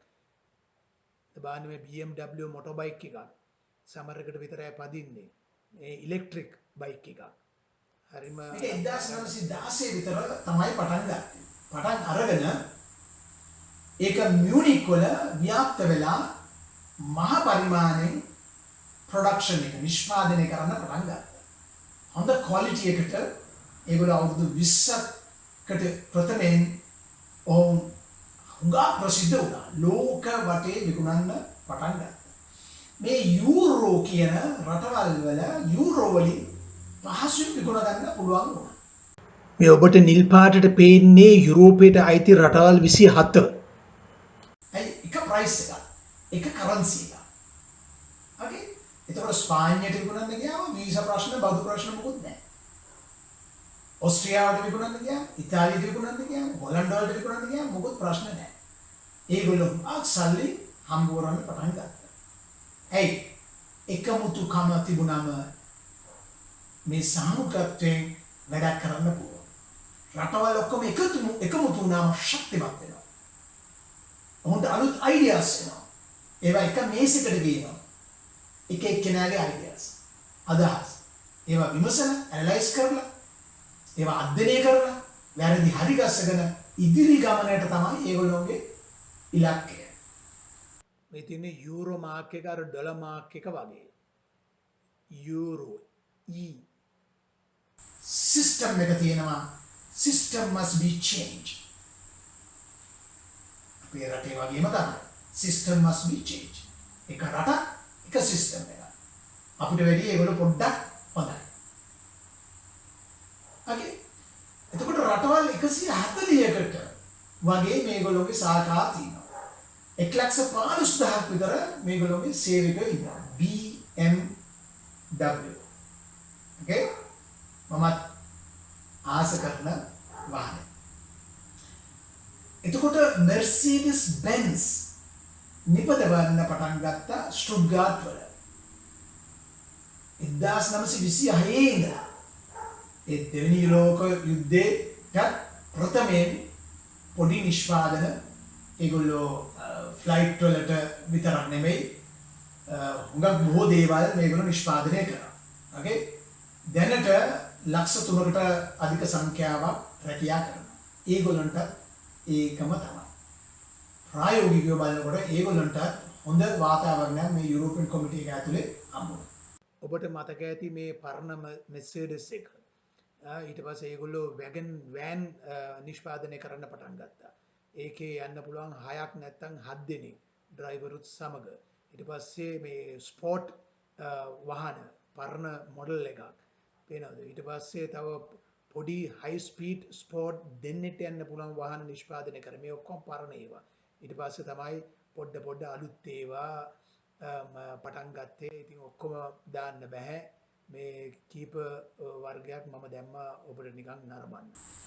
ඊට පස්සේ Opel ඒගොල්ලෝ අපරණයි 1760 ගණන් වල තමයි අර Opel ස්පීඩ් කාර් හදන්න පටන් ගත්තේ. ඒගොල්ලෝ රොෂල් නැත්නම් රොකල්ස්හයිම් ඒ කියන්නේ මයින් වල okay මේ වාහනේ ඔබ දන්නවා ඇති මේ Opel ක්ලාසික් වාහනේ Astra ඊට පස්සේ තිබුණා ස්පෝර්ට් වාහනයක් දෙන්නෙට යන්න පුළුවන් ඒවා. ඒ වගේම මේ පරණ ඒ කාලේ පරණ වාහන මේවා තාමත් තියෙනවා ඇන්ටික් හැටියට Opel. ඒ මයින් වල තමයි ඒගොල්ලෝගේ කර්මාන්ත ශාලාව තියෙන්නේ 65000ක් විතර. ඒ කර්මාන්ත ශාලාවේ වැඩ කරනවා ජොබ්. ඒගොල්ලොත් ඒකෙන් උගක් ලාභ ප්‍රයෝජන හම්බුනේ. ඊට පස්සේ තියෙනවා Porsche 1931 ඉඳලා ඒගොල්ලෝ පටන් ගත්තා. 2020 වෙනකොට ඒගොල්ලෝ ව්‍යාප්ත වෙලා හොඳම නිෂ්පාදනය කරා ඒගොල්ලන්ට එන්න පුළුවන් වුණා. මේ තින්නේ Porsche 911 කියන එක. ඊට දින 930 ගණන් මට හරියට මතක නැහැ. කොහොම හරි බාන ලස්සන වාහන මේවල ඉල්ලුම වැඩි වුණා. මේ රේස් පදින වාහන වලින් පස්සේ මේ දෙන්නෙක් විතරක් පමණක් ගමන් කරා හැකි වාහන නිපදවීමට මේගොල්ලෝ පටන් ගත්තා. Volkswagen වල ෂෙයා හෝල්ඩර් කෙනෙක් තමයි Porsche. okay ඊට පස්සේ Volkswagen ගැන ටිකක් විස්තර කරන්න ඕනේ. Volkswagen මුළු ලෝකෙම ප්‍රසිද්ධයි. අනිත් වාහන ප්‍රසිද්ධ නැහැ කියන එක නෙමෙයි මම මේ කියන්නේ. BMW, Mercedes, Opel, Porsche, then Volkswagen. VW ඒකට කියනවා VW. V එකට කියන්නේ V. W එකට කියන්නේ V. VW. Volkswagen නැත්නම් Volkswagen. Volkswagen. ඒගොල්ලන්ගේ ප්‍රධාන ස්ථානය තමයි ප්‍රොඩක්ෂන් නගරය තමයි වොල්ෆ්ස්බර්ග් නෝර්ත් වල තියෙන්නේ. හැනෝවර් කිට්ටුව. කිලෝමීටර් 40-45ක් හැනෝවර්යි වොල්ෆ්ස්බර්ග් අතර තියෙනවා. ආලාවේ ව්‍යාප්ත වුණා පුදුමාකාරයි. මේ තින්නේ පළවෙනියට ආපු වතුර නැති දුවන Volkswagen. මේක ඔබ දන්නවා කේෆා කියලා කියන්නේ. මේ තින්නේ මේ වැගන් එක මේක ලංකාවෙත් බොහෝ අයට තිබුණා. හරිම ලස්සනයි. මේ තින්නේ ගෝල්ෆ් එක ඉස්සෙල්ලම ආපු ගෝල්ෆ් GTI කියන එක. ඊට පස්සේ අලුතෙන් GTI ගෝල්ෆ් එක මේක. ඊට පස්සේ ස්පෝර්ට් කාර් වගේම ඔය දෙන්නෙක් යන සමරකට විතරක් පදින ඒවා Lamborghini බගිටි වගේ ඒවා ආවා. ඊට පස්සේ ආවා මේ ඔන්න මේ වගේ වාහන මේවා මේ ඇමරිකාවට නිපදු වෙච්ච වාහන දැන් යුරෝපෙත් හුඟක් අය පදිනවා. දැන් අවුරුදු 10කට 12කට ඉස්සෙල්ලා ඒගොල්ලෝ Porsche එකේ සම්බන්ධතාවයකට ගියා. ඊට පස්සේ ඒගොල්ලෝ Audi එකේ සම්බන්ධතාවයකට ගියා. Audi එක Volks Group එකේ කොටසක් වුණා. Skoda Porsche කිව්වා සියට් බෙන්ට්ලි ලැම්බෝගිනි අහලා තියෙනවනේ බෙන්ට්ලි ලැම්බෝගිනි දළදා මාලිගාව වටේ රේස් පැද්දයි කිව්වේ ලැම්බෝගිනි බෙන්ට්ලි මම දන්නේ ලැම්බෝගිනි කියන්නේ කතාවක් තිබුණේ මේ තින්නේ දළදා මාලිගාව වටේ පැදපු ලම්බෝගිනි එක නෙමෙයි. මේ වගේ එකක් තමයි තිබුණේ. ඔබ අහලා ඇති බෙන්ට්ලි ලැම්බෝගිනි බගෙටි බජෙටි නැත්නම් බගෙටි හරියට ස්පැගෙටි වගේ. ඊට පස්සේ ලොකු වාහන නිෂ්පාදනයක් මහ පරිමාණය කියන්නේ heavy vehicle MAN මේ තින්නේ MEN කියන කම්පැනියෙන් බර වාහන නැත්නම් බස් ඒ වගේ ලොකු වාහන නිෂ්පාදනය කරපු ආයතනයක් තමයි MAN කියන ආයතනය. MAN ඒ ගෲප් එකට ස්කානියා කියලා බස් නැත්නම් ලෝරි නැත්නම් බැකෝ අර ලොකු ට්‍රාන්ස්පෝර්ට් හෙවි ට්‍රාන්ස්පෝර්ට් ඒ කියන්නේ ටයර් එක මම වගේ 3 වෙනයක් උස අන්න ඒ වගේ ඒකට සම්බන්ධතාවයකට ඇවිත් ඔවුන් world wide හැම දෙයක්ම පාරවල් හදන යන්ත්‍ර උපකරණ ඒ පස් ලොකු ගල් මේ තියෙන ටිපර් මහා විශාල ප්‍රමාණයේ ටිපර් ඒවා ගෙවල් හිටන් ට්‍රාන්ස්පෝර්ට් කරන වාහන ඒ කියන්නේ heavy truck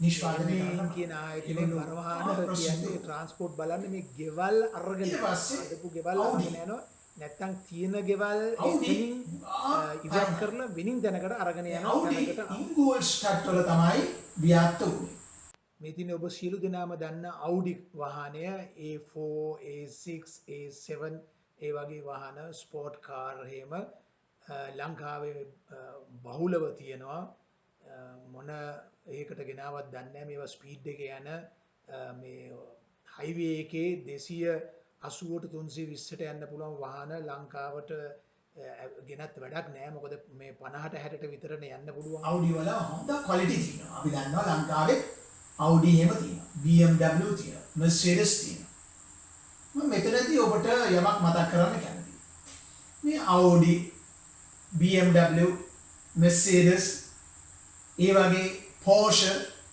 ඒ වාහන මම හිතන්නේ ලංකාවට සුදුසුයි කියලා. හේතුවක් තියෙනවා. මොකද මේක නිෂ්පාදනය කරන්නේ අඩුම ගානේ තුන්වෙනි ගියර් එකට දාපුවම අඩුම ගානේ 220කට යන්න පුළුවන් වෙන පාරවල් වලට තමයි නිෂ්පාදනය කරන්නේ. හතරවෙනි ගියර් එකට නැත්නම් පස්වෙනි ගියර් එකට දාපුවම 280ට 330ට වගේ Porsche එකක් යන්න පුළුවන්. ඔබ හිතලා බලන්න ලංකාවේ වැඩිම වුණොත් ට්‍රැෆික් ඔෆිසර් කෙනෙක් නැති තැනක ගියොත් ඔබට 120ට 140ට යන්න පුළුවන්. වැඩි වුණොත් 150.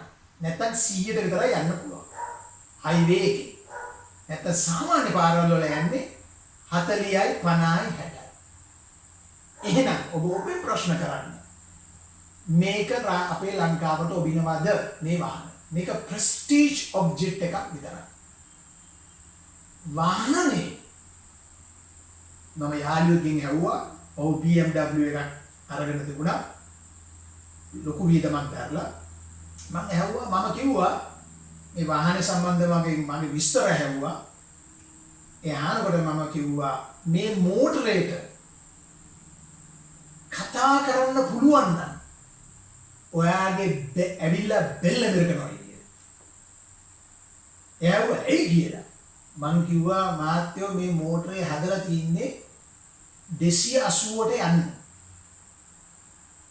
මේකේ බැටි මේක ඇතුළේ ගියර් බොක්ස් මේ ඔක්කොම හදලා තියෙන්නේ මේ ස්පීඩ් කාර් එක. එතකොට මේ මෝටරේට යන්න තියෙන හැකියාව අපි නතර කරලා තියෙනවා 50ට 40ට යන්න.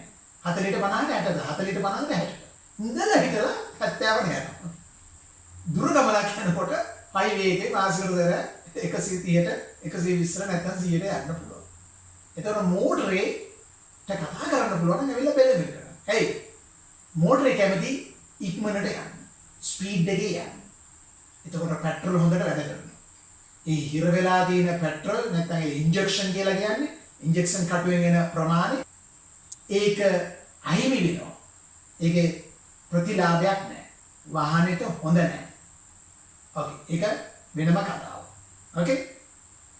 ඊට පස්සේ තිබුණා ජර්මනියේ බොබ්ලින්ගෙන් කියන ප්‍රදේශයේ ස්මාර්ට් කියලා කාර් එකක් නිෂ්පාදනය කරා. මෑතක සිට මේ ස්මාර්ට් කියන කාර් එක හුඟක් ප්‍රසිද්ධ වුණා. දොරවල් 4වත් තිබුණා. දෙකේව තමයි ඉස්සෙල්ලම ආවේ. බොහෝ අය මේ පොලිසියටත් අරගෙන තිබුණා. පොලිසයි කියන්නේ පොලිසිය. ඒ වගේම ස්ටුඩන්ට්ස්ලා මේ නගර ආශ්‍රිතව ඉන්න ඒගොල්ලෝ මේ වාහන අරගත්තා. ලාභයි හුඟක් පෙට්‍රල් වැඩ කරනවා ස්මාර්ට් කියන වාහනේ. ඒක මේ ඇල්ටෝ එකක් වගේ පොඩි කාර් එකක්. ඒක නගර බද ආශ්‍රිතව දුවන්න පුළුවන් වාහනයක්. ඒ කියන්නේ එක පාකින් ප්ලේස් එකක එයින් වාහන දෙකක් නතර කරන්න පුළුවන්. දොරවල් 4ක් තියෙනවා, දොරවල් 2ක් තියෙනවා. උඟා වීදම අඩුයි. සාධනය කරලා හිතා ගන්න බැරි විදිහට ඒක අලෙවි වුණා. නගර බද ඒගොල්ලෝ තමයි හුඟක් අය ගත්තා. ඕකේ ස්ටුඩන්ට්ස්ලා ඒක ගත්තා. සුද ටැංකි. ඒව ට්‍රාන්ස්පෝර්ට් කරන වාහන නිෂ්පාදනය කරන්න පටන් ගත්තා. හුඟක් ව්‍යාප්ත වෙලා හුඟක් ජනප්‍රිය වුණා. MAN. ඕකේ මම හිතනවා මේ වාහන සම්බන්ධව ඔබට අදහසක් තියෙනවා මේක කොහොමද ව්‍යාප්ත වුනේ කියලා. අපිට අපේ රටට අදහසක් තියෙනවා මේක කරගන්න කට්ටිය නැති නිසා තමයි අමුද්‍රව්‍ය තියෙනවා, තාක්ෂණය තියෙනවා, මේක මැනේජ් කරගන්න පුළුවන්. නමුත් මේකට ඉදිරිපත් වෙන කට්ටිය කොපි කිරීමේ හැකියාව දරනවා. නමුත් අලුත් නිර්මාණය කිරීමේ ශක්තියට කවුරුත් අත දෙන්නේ නැහැ. ඒක වෙනම මාතෘකාවක් වෙනින් දවසක කතා කරමු. ඔබ දන්නවා, මම දන්නවා, අපි දැක්කා වතුර වලින් වාහන දුවන්න හදපු රටක්. නමුත් ඒ වතුර වලින් වාහනය දුවන්න, වාෂ්ප වලින් වාහනය දුවන්න හදපු ඒ මිනිස්සු ගැන දැන් කතා කරන්නේ නැහැ. ඔය YouTube වල තියෙනවා. කවුරුත් හත හිත දෙන්නේ ඔහුට ඒ වාහනය ඉදිරියට ගෙනියන්න. මේඩ් ඉන් ශ්‍රී ලංකා කියන එක හැමතිස්සෙම නැති තැනට ගේන්න තමයි මම යුකෙන් කියන්නේ. අපි කතා කරමු අධ්‍යාපනය ගැන. 2020-2021 වෙන විට ජර්මනි විශ්වවිද්‍යාල 108ක් තියෙනවා. තාමත් තියෙනවා. ඒ වගේම හයි ස්කූල් කියලා තියෙනවා සිස්ටම් එකක්. ඒ හයි ස්කූල් ඔක්කොම එක යුනිවර්සිටිත් එක්ක 423ක් තියෙනවා මුළු ජර්මනියේම.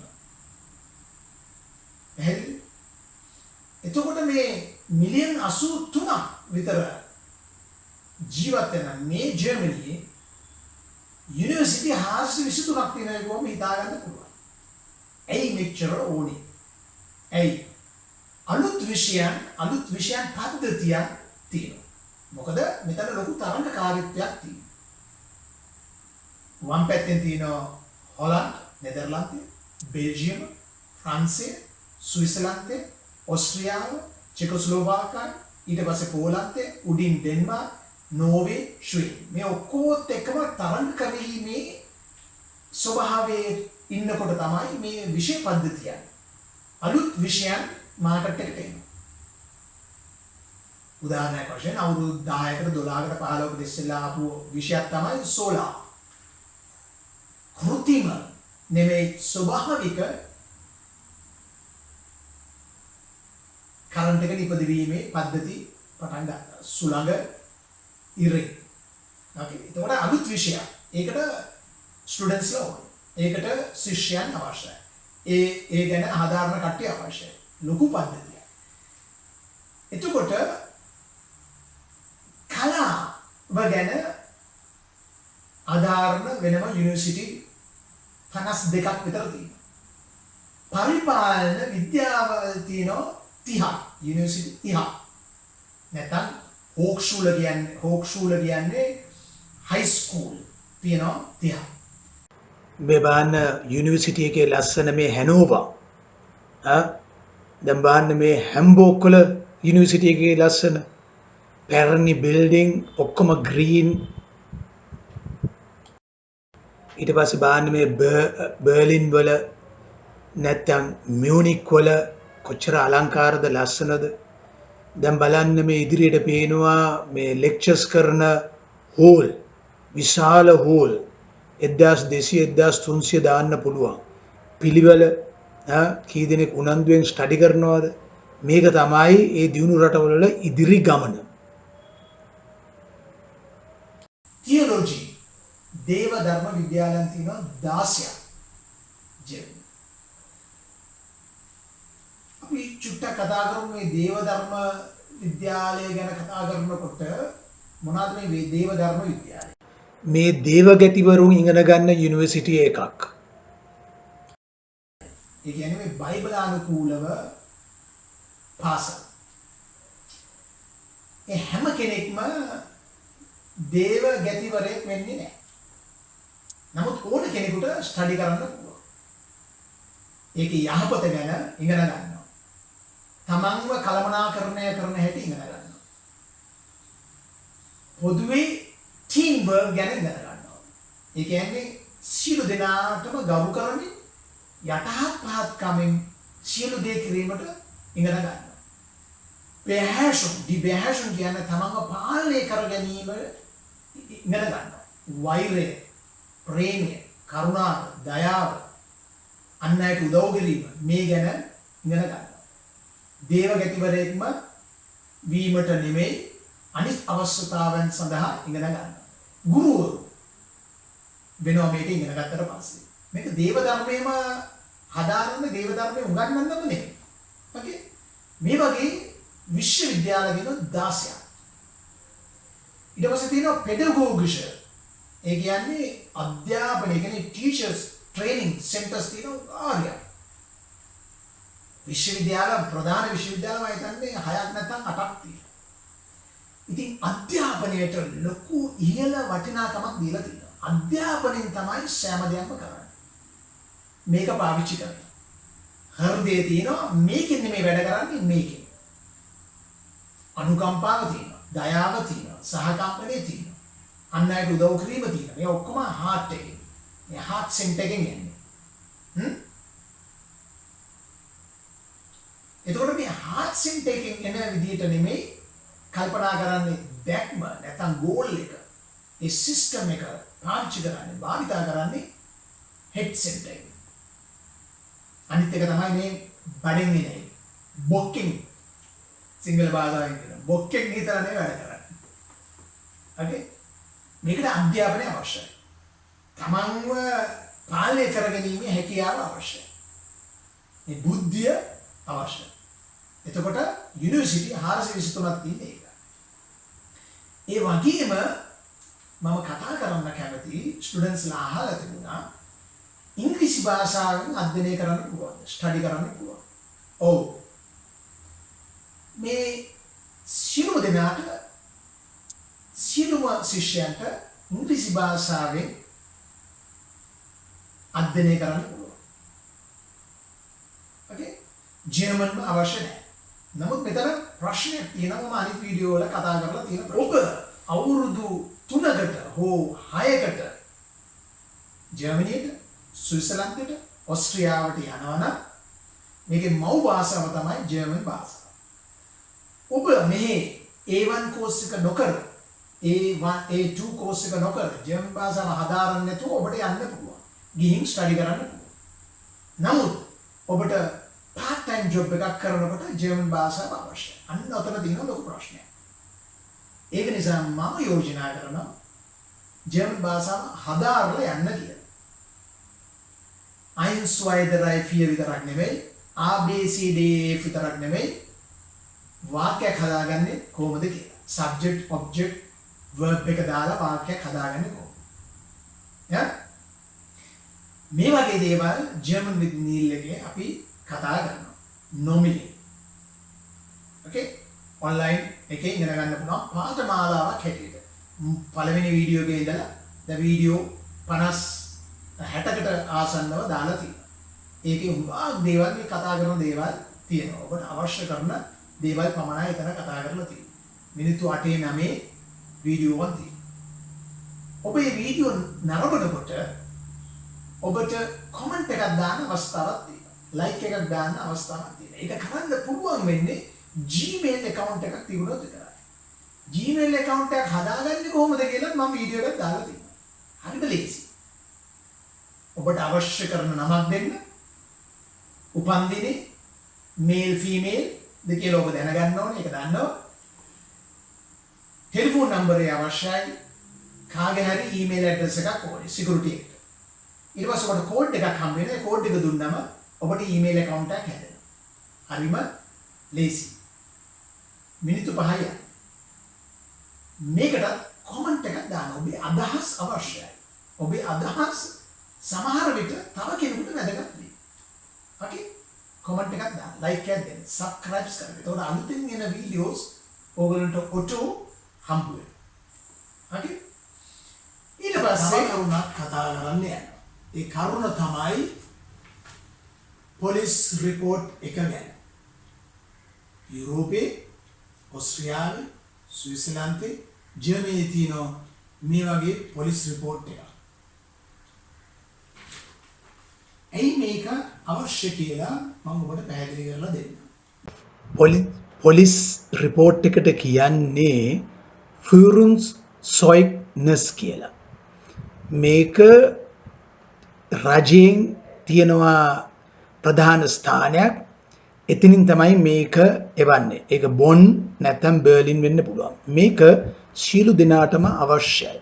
රැකියාවකදී බොහෝසේ උදව් කරනවා රැකියාවක් ලබා ගැනීම සඳහා.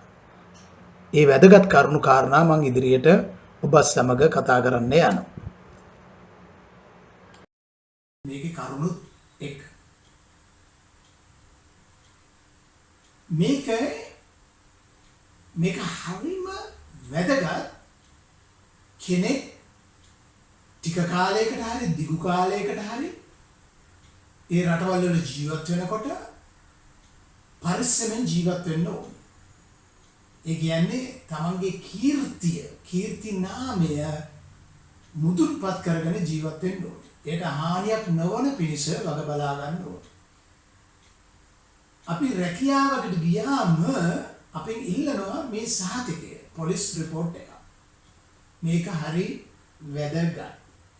ඕකේ? මේකට කියනවා අපරාධ වාර්තාව. ජර්මන් භාෂාවෙන් කියනවා Führungszeugnis. ඒ කියන්නේ the certificate of good behavior.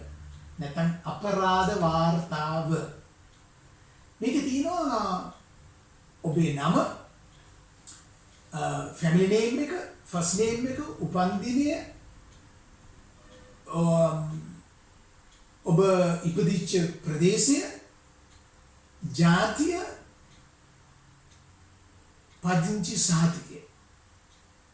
ඊට පස්සේ දෙනවා පල්ලෙහින් keine Eintragung. keine Eintragung කියන්නේ කිසිම වරදක් සඳහන් වී නොමැත.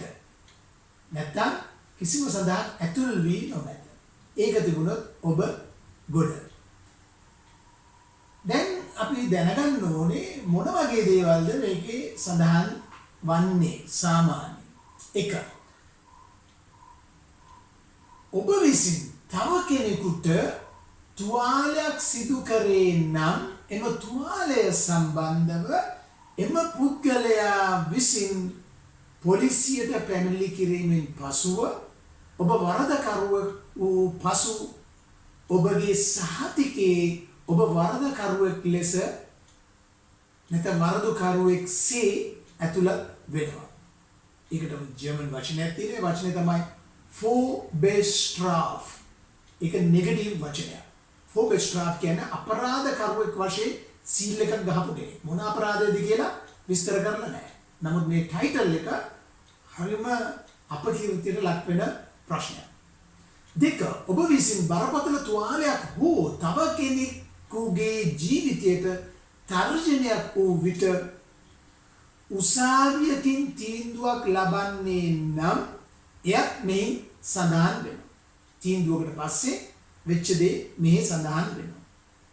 ඔබ විසින් දැනුවත්ව හෝ නොදැනුවත්ව තව පිරිසක් විසින් කළ වරදකට දඬුවම් ලැබුණොත් එයද මෙහි සඳහන් වෙනවා. ඔබ වැරදි නෑ. නමුත් ඔබ සහභාගී වෙලා ඉන්නවා. ඔබ එතන ඒ කට්ටියත් එක්ක ඉන්නවා. ඔබත් අත්අඩංගුවට ගන්නවා. එතකොට ඔබ සහකාරයක් වශයෙන් දඬුවම් ලබනවා.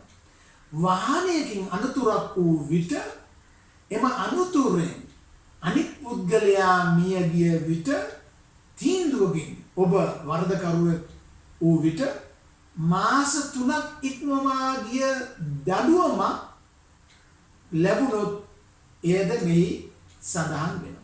මේ විදිහට බොහෝ දේවල් මේ සඳහන් වීමෙන් ඔබට පාඩුවක් මිස වාසියක් නොලැබෙන බව මම මතක් කරනවා. දැන් ඔබ මගෙන් මෙසේ අසයි. ඇහුවද? මෙවැනි අවස්ථාවකදී ඔබ විසින් කුමක් කළ යුතුද? මේක හරි වැදගත්. ඔබ දැනුවත්ව හෝ නොදැනුවත්ව ඔබ සමග සිටින මිත්‍රයන්ට කිසි විටක තව කෙනෙකුට හානියක් නොකරනසේ ඔබ බලාගත යුතුය. ඔබ වග බලාගත යුතුය. ඔබගේ වගකීම තමයි ඔබ ඉන්න කට්ටියත් එක්ක ඔබගේ ගෲප් එකත් එක්ක කණ්ඩායමත් එක්ක කිසි කෙනෙකුට හානියක් නොවනසේ ඔබ වග බලාගත යුතුය. ඔබගේ වගකීම. ඒ කියන්නේ තව කෙනෙකුට හානියක් කරන්න ගියාම පීයකින් කඩුවකින් පිස්තෝලකින් නැත්නම් අතින් පයින් ඈ ගැලවිලා යන්න පුළුවන්. මොන හරි දෙයක් තුවාලයක් ඔබ නැත්නම් සහකාරයක් වෙනවා. එහෙනම් ඔබ යහපත් පුද්ගලයෙක් වෙන්න ඕනේ. අනිත් එක්කෙනා වෙනුවෙන් ඉදිරිපත් වෙලා ඔහුව මැඩ පවත්ව ගන්න ඕනේ. okay ලංකාව වගේම තමයි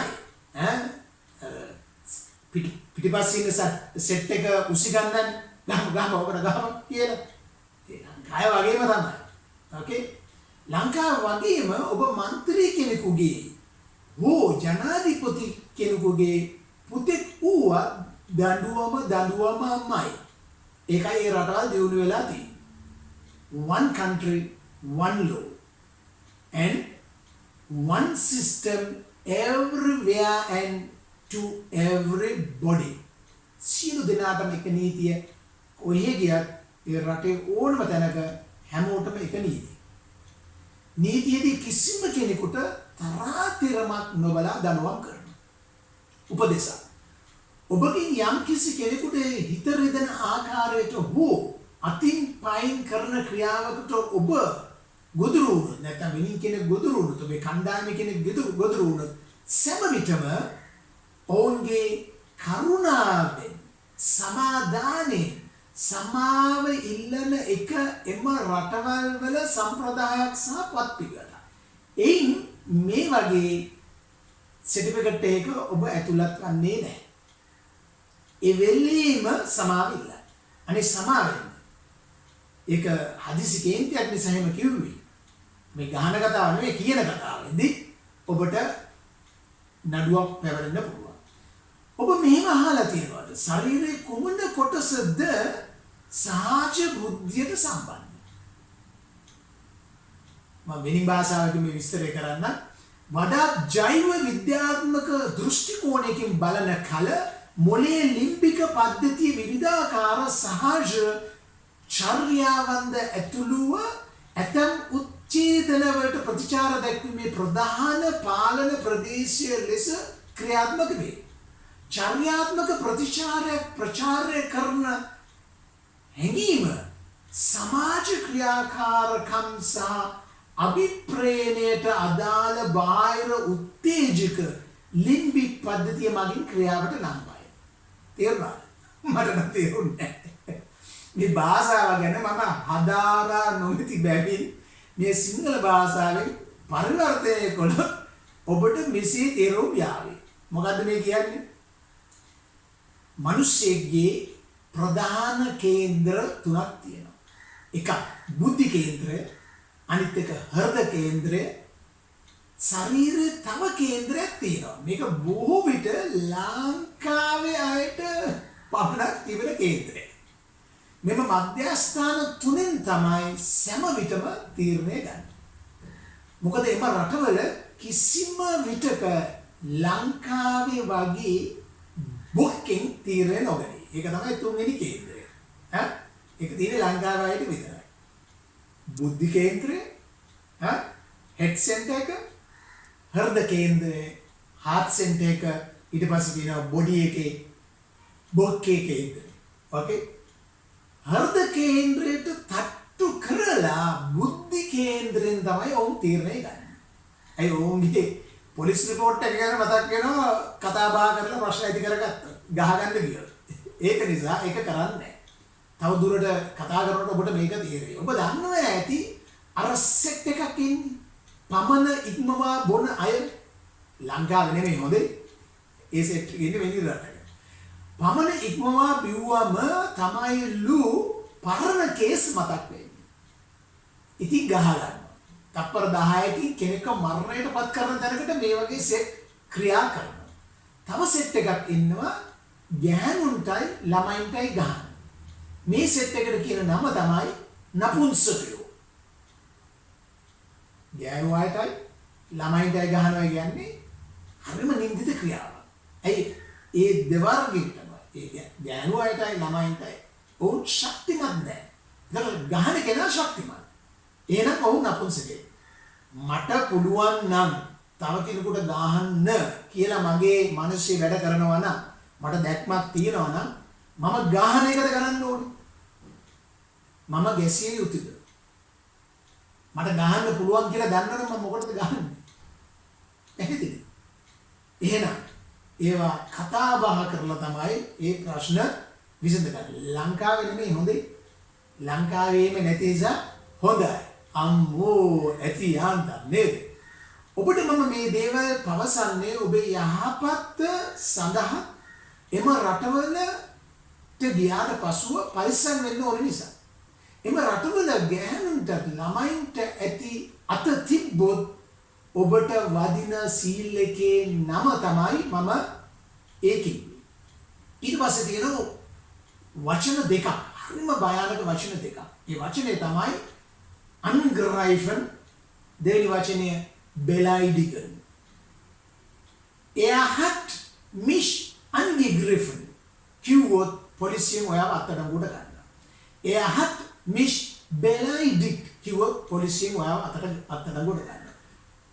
Er hat mich angegriffen කියන්නේ ඔහු මට පහර දුන්නා. ඒක අපරාධ නඩුවක් බවට පත් වෙනවා. Er hat mich beleidigt කිව්වම ඔහු මට අපහාස කළා. ඒක අපහසු නඩුවක්, අපහාස නඩුවක් බවට පත් වෙනවා. ඒක නිසා තමයි ඉස්සෙල්ලා කියපු දේ. ඔබ විසින් සමාව අයිදින්න ඕනේ. යටහත් පහත් වීමේ එතකොට ඔබට වාසියක් තියෙනවා. දැන් නම් මේ වගේ රටවලටත් යන්න එපා වෙනව ඇති නේද? මේ වහනකොට. ඔබ දන්නවද ඇයි පිරිමි හෝ ගෑනු අය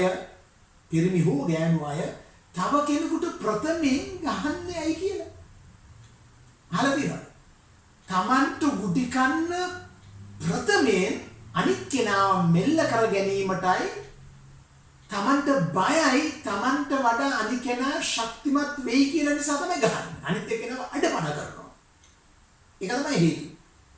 මම මොකටද ගහන්නේ තව කෙනෙකුට අතින් පයින් කඩුවෙන් කිලිසියෙන් පිස්තෝලෙන් මොකටද ගහන්නේ? මම බය නිසා. බය බුල්ලෙක් තමයි අනිත් එක්කෙනාට හිංසාවක් කරන්නේ. ඕකේ? මේවා තිබුණාට වැඩක් නැහැ. මේක නැත්තා. හරි? මොකද දියුණු රටවල පෙනුමෙන් දුර්වල වගේ සිටින අය ඉතා භයානකයි. අනික කවුරුත් ගහගන්න යන්නේ නැහැ. අනිත් කෙනාව අපහාසයට නොවන තර්ක පමණයි ඔවුන් පාවිච්චි කරන්නේ. අපහාසයට ලක් නොවන තර්ක. නැත්නම් ඔයාලට අපහාස නඩුවක් දාන්න. තව එකක් තමයි අම්මා මතක් කරලා කුණුහරුප නොකියන. අම්මා මතක් කරලා ජීවිතේට කුණුහරුප කියන්නේ නැහැ. okay? ඔවුන් F කියන වචනේ කුණුහරුපයක් කිව්වට කියන වචනේ භාවිතා කර කුණුහරුපය කීවත් අම්මාව සම්බන්ධ කරලා කුණුහරුපය කියන්නේ නැහැ. ඔළුව තියෙන කට්ටිය අම්මව බාල්දු කරන්නේ නැහැ. කිසි විටක කුණුහරුපයකදී අම්මව පාවා දෙන්නේ නැහැ. ලංකාව වගේම සෑම විටම අම්මව සිහිපත් කරන රටක් මේ ලෝකෙ කොහෙවත් නැහැ. අපේ රටේ තමයි අම්මා හැමතිස්සෙම සිහිපත් කරන්නේ. හැම වරදකටම අම්මා තමයි මාට්ටු වෙන්නේ. කකුල ගලක හැප්පුණාමත් අම්මව මතක් කරලා තමයි කුණුහරුපේ කියන්නේ. මේ ලංකාවේ නෙමෙයි වෙනි රටක. ඕකේ. ඒක නිසා මේක හරිය වැදගත් මේක දැනගන්න. ලෝකේ වැඩියෙන්ම කියවපු පොත ලෙස සුද්ධ බයිබලය ඉතා ප්‍රසිද්ධයි. ලෝකේ දියුණු රටවල සෑම ගෙදරකම සුද්ධ බයිබලයක් තියෙනවා. ලෝකයේ 34% පමණ ජනතාව සුද්ධ බයිබලය අනුගමනය කරනවා. එම ක්‍රිස්තියානි පදනම නැත්නම් ඒ ධර්මය ඒ රටවල අනුගමනය කරනවා. ඔවුන් ක්‍රිස්තියානි අය නිසා. සුද්ධ බයිබලයේ තියෙන ජේසුස් ක්‍රිස්තුස් වහන්සේ විසින් සිය ගෝලයන්ට පැවසූ ආකාරයම ඔවුන් ක්‍රියාත්මක කරනවා. මොකක්ද කිව්වේ? Great Commandment කියලා ඒ කියන්නේ මහා නියෝගයක් දීලා තියෙනවා. ක්‍රිස්තියානි අයට මහා නියෝගයක්. මේ මහා නියෝගය ප්‍රකාශ කරනවා ජේසුස් වහන්සේ දිව්‍යන් වහන්සේගේ වචනයේදී නුඹට ප්‍රේම කරන්නාක් මෙන් අනිත් අයටත් ප්‍රේම කරන්න. ඒ කියන්නේ අනිත් අයට ගරු කරන්න. හැමෝටම ගරු කරන්න. ඒ ගරුත්වය ලැබෙන්නේ ඔබ ගරු කරොත් පමණයි. සියලු දෙනාම ඉහළින් පිළිගන්න. ඔවුන් විසින් ඇඳගෙන සිටින වස්ත්‍රයෙන් මනින්න එපා. කිසිම විටක කිසිම කෙනෙකු විනිශ්චය නොකරන්න. ඕක තමයි මේ පදනම් වෙලා තියෙන්නේ. මේ පදනම ඔවුන් දන්න. ඒක නිසා ඔවුන් තව කෙනෙකුට හිංසා කරන්නේ නැහැ. තව කෙනෙකු අපහසුතාවයට ලක් කරන්නේ. ඒ වගේම සියලු දෙනාම තමන්ගේ ස්වාමියා වශයෙන් පිළිගන්න ඔබ දාසෙක් වශයෙන් පමණක් ක්‍රියා කරන්න. එවිට ඔබ ස්වාමී වන්නේ. ඔබේ යහපත් ගතිගුණ තියෙනකොට ඔබ දාසෙක් වෙන තරමට ඔබ ස්වාමී වෙනවා. කවුද කිව්වේ? යේසුස් වහන්සේ. ඒ කියන්නේ වෙන මොකුත් නෙමෙයි යටහත් පහත්කම. Excuse me. Sorry. සමාවෙන්න. මම ඒක වේගත්ශීලීව කිව්වේ. මට ඒක ආවේගශීලීව මගෙන් කටින් පිට වුණේ මට සමාවෙන්න. ඉතින් ඉවරයි කේස් එක. ඒතර පොලිසිය ගෑවෙන්නේ නැහැ. ඊට පස්සේ පොලිස් රිපෝට් එකට යන්නේ නැහැ. පැහැදිලි? ජේසුස් ක්‍රිස්තුස් වහන්සේ විසින් ගෝලයන්ට පැවසූ ආකාරයෙන්ම ජනතාවත් එයම අනුගමනය කරයි. ගෝලයෝ කියන්නේ සියලු ජනතාව. පැහැදිලි? මේක නිසා තමයි ඒ රටවල් අපිට වැඩිය වෙනස්. ඔවුන්ගේ සංස්කෘතිය වෙනස්, ඔවුන්ගේ යහපත වෙනස්, ඔවුන් දකින විදිය, බලන විදිය, කතා කරන විදිය ඔක්කොම වෙනස්. ඒක නිසා ඒ රටවල් එන්න දියුණු වෙනවා. ඕකේ? එකාට එකෙක් නෑ නෙමෙයි. ඔවුන් එකමුතුයි. එකාට එකෙක් නෑ නෙමෙයි. ඕකේ? ඇයි මම මේ දේවල් ඔබව දැනුවත් කරන්නේ? ඔබ යුරෝපයට ටික කාලයකට වුවත් නැත්නම් ස්ටඩි කරන්න, නැත්නම් විවාහ වෙන්න, ජීවත් වෙන්න, බිස්නස් කරන්න ඔබගේ යහපත් වීමෙන් ඔබට වාසියක් තියෙනවා. මම කරුණු දෙකක් කතා කරන්න. ඔබ රැකියාවක් කරන ආයතනය රැකියාවට යන්න ප්‍රථම මෙම සහතිකය ඔබගෙන් ඉල්ලනවා. මොකද්ද? Führungszeugnis. එම සහතිකේ අපරාධ කරුවෙකු වශයෙන් සඳහන් වේ නම් මෙන්න Das Führungszeugnis. අපරාධ වාර්තාව. මේ සහතිකේ අපරාධ කරුවෙකු වශයෙන් සඳහන් වන්නේ නම් බොහෝ විට ඔබට රැකියාවක් නොලැබෙන්නේ. මේක තියෙනවා අපරාධ කරුවෙකු වශයෙන් සීලය ගහලා තියෙනවා ලැබෙන්නේ නැහැ. ඒකේ තියෙනවා is Vorbestraf. ඒ කියන්නේ ඔව් අපරාධ කරුවෙක් කියලා ලෙස සීල් එකක් ගහලා තියෙනවා. හදිස්සියේ ඒ අවස්ථාවේ ඔබට රැකියාව ලැබුණත් ඒ ආයතනයේ බොහෝ අය දන්නවා ඔබ අපරාධ කරුවෙක් කියලා. එවිට ඔබට දත්මිටි කන්නටත් වැළපෙන්නටත් සිදු වෙනවා. දෙක. ඔබ ඉගෙනගෙන විභාගයෙන් සමත් වී යුනිවර්සිටි එකෙන් අවුට් වෙලා ඔබ ඇප්ලයි කරනවා ආයතනයකට. උදාහරණයක් වශයෙන් Airbus Industry. ආලා තිනවා මම කතා කරලා තිනවා මේ ජර්මන් විත් නීල් කියන channel එකේ. ඊට පස්සේ තියෙනවා Lufthansa. German airline. ඊට පස්සේ තියෙනවා Siemens. ඊට පස්සේ තියෙනවා Bayer. නැත්නම් Bayer. අර මෙඩිකල් බෙහෙත් වර්ග නිපදවන ලෝක ප්‍රසිද්ධ ආයතනයක්. ඊට පස්සේ තියෙනවා BMW. ඊට පස්සේ තියෙනවා Audi, Volkswagen අන්න ඒ වගේ. okay? එතකොට ඒ ආයතනයකට ඔබ ඇප්ලිකේෂන් එකක් යවන විට මෙම සහතිකය ඉල්ලනවා. ඔබ අපරාධකරුවෙක් ලෙස දඬුවම් ලබා තිබේ නම් ඔබට මෙම රැකියාව ලැබෙන්නේ නැත. ඔබ එම දඬුවම මෙහි සඳහන් වී තිබෙන නිසා. පැහැදිලිද? කොච්චර භයානකද මේක? එහෙනම් ප්‍රවේශම් වෙන්න. ඇයි මේ දේවල් එම දියුණු රටවල අනුගමනය කරන්නේ? ඔවුන්ගේ රටේ දියුණුවේ සාර්ථක භාවය රඳවා පවත් ගැනීම උදෙසා ඔවුන් යහපත් සමාජයක් ගොඩ නගමින් සිටින නිසා ඔවුන් මේක අනුගමනය කරනවා. ඔබගේ මූණෙන් දැන් මට පෙනී යන්නේ දැන් ඇති වගේ. එහෙමද නැද්ද? ඔබට මෙම කරුණු අවශ්‍ය වුණොත් තව කරුණු අවශ්‍ය වුණොත් අවශ්‍ය කරන අයව දැනුවත් කරන්න. මට ලියන්න, මගෙන් අහන්න. ඔබට අවශ්‍ය නොවුණත් අවශ්‍ය වෙන අයව දැනුවත් කරන්න. යහපත් සමාජයේ කෙසේ වෙතත් ඔබ යහපත් නම් මෙය ඔබට අදාළ නොවන්නේ නම් ඔබ සිතනවා නම් එහෙනම් අනිත් අයව දැනුවත් කරන්න. ඒක මේ යුරෝපයේ ජර්මනියට, ඕස්ට්‍රියාවට, ස්විට්සර්ලන්තයට යන අය විතරක් නෙමෙයි. ඕස්ට්‍රේලියාවට, නවි සීලන්තයට, අනිත් රටවලටත් මේක ප්‍රයෝජනයි. ඇමරිකාව, කැනඩාව වගේ රටවල් වලට. හැමෝම මේක මේවාලින් දැනුවත් වෙලා යන්න ඕනේ. මොකද වෙනස් රටක්, වෙනස් සංස්කෘතියක්, යහපත් සමාජයකට අපි යන්නේ. එහෙනම් අපේ ප්‍රතිපත්ති වලට, අපේ සම්ප්‍රදායන් වලට ඒ වැඩේ කරන්න බෑ. දඬුවමක් ලැබෙන්නේ වරදක් කරොත් විතරයි. මම කතා කරන්න කැමතිම මාතෘකාවක් තමයි Die Ausbildung. Vocational training.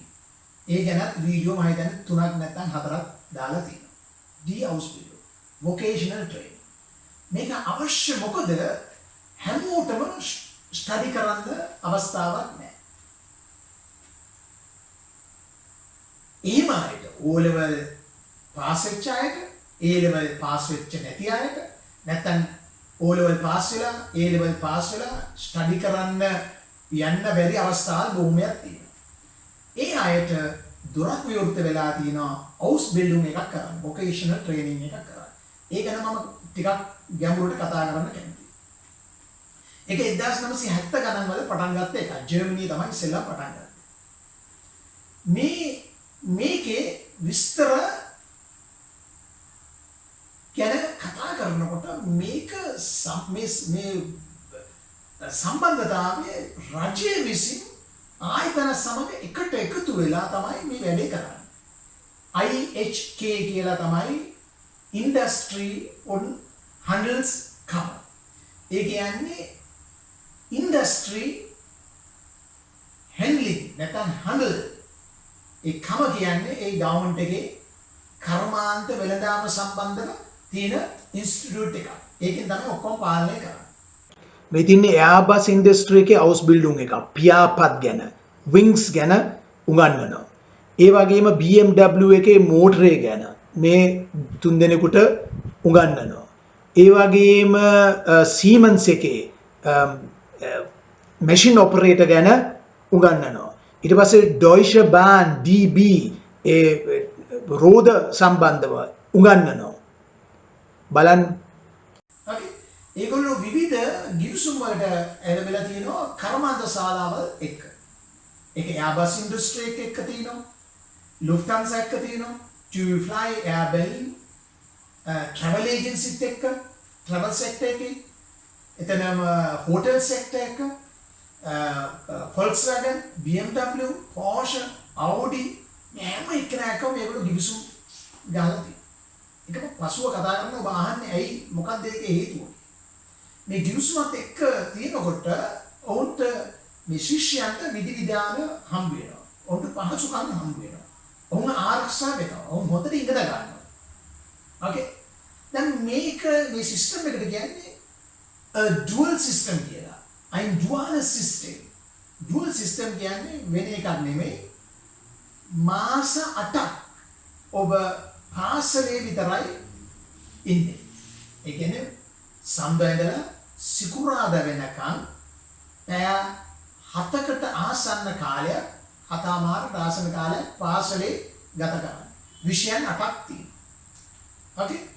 මේ විෂයන් 8 ඒ මාස 8 වුණාට පස්සේ ඔබට ඔබේ විෂය මාලාවට අනුකූලව විෂය පද්ධතියට අනුකූලව කර්මාන්ත ශාලාවක ඔබ ඉතුරු කාලය ගත කරනවා.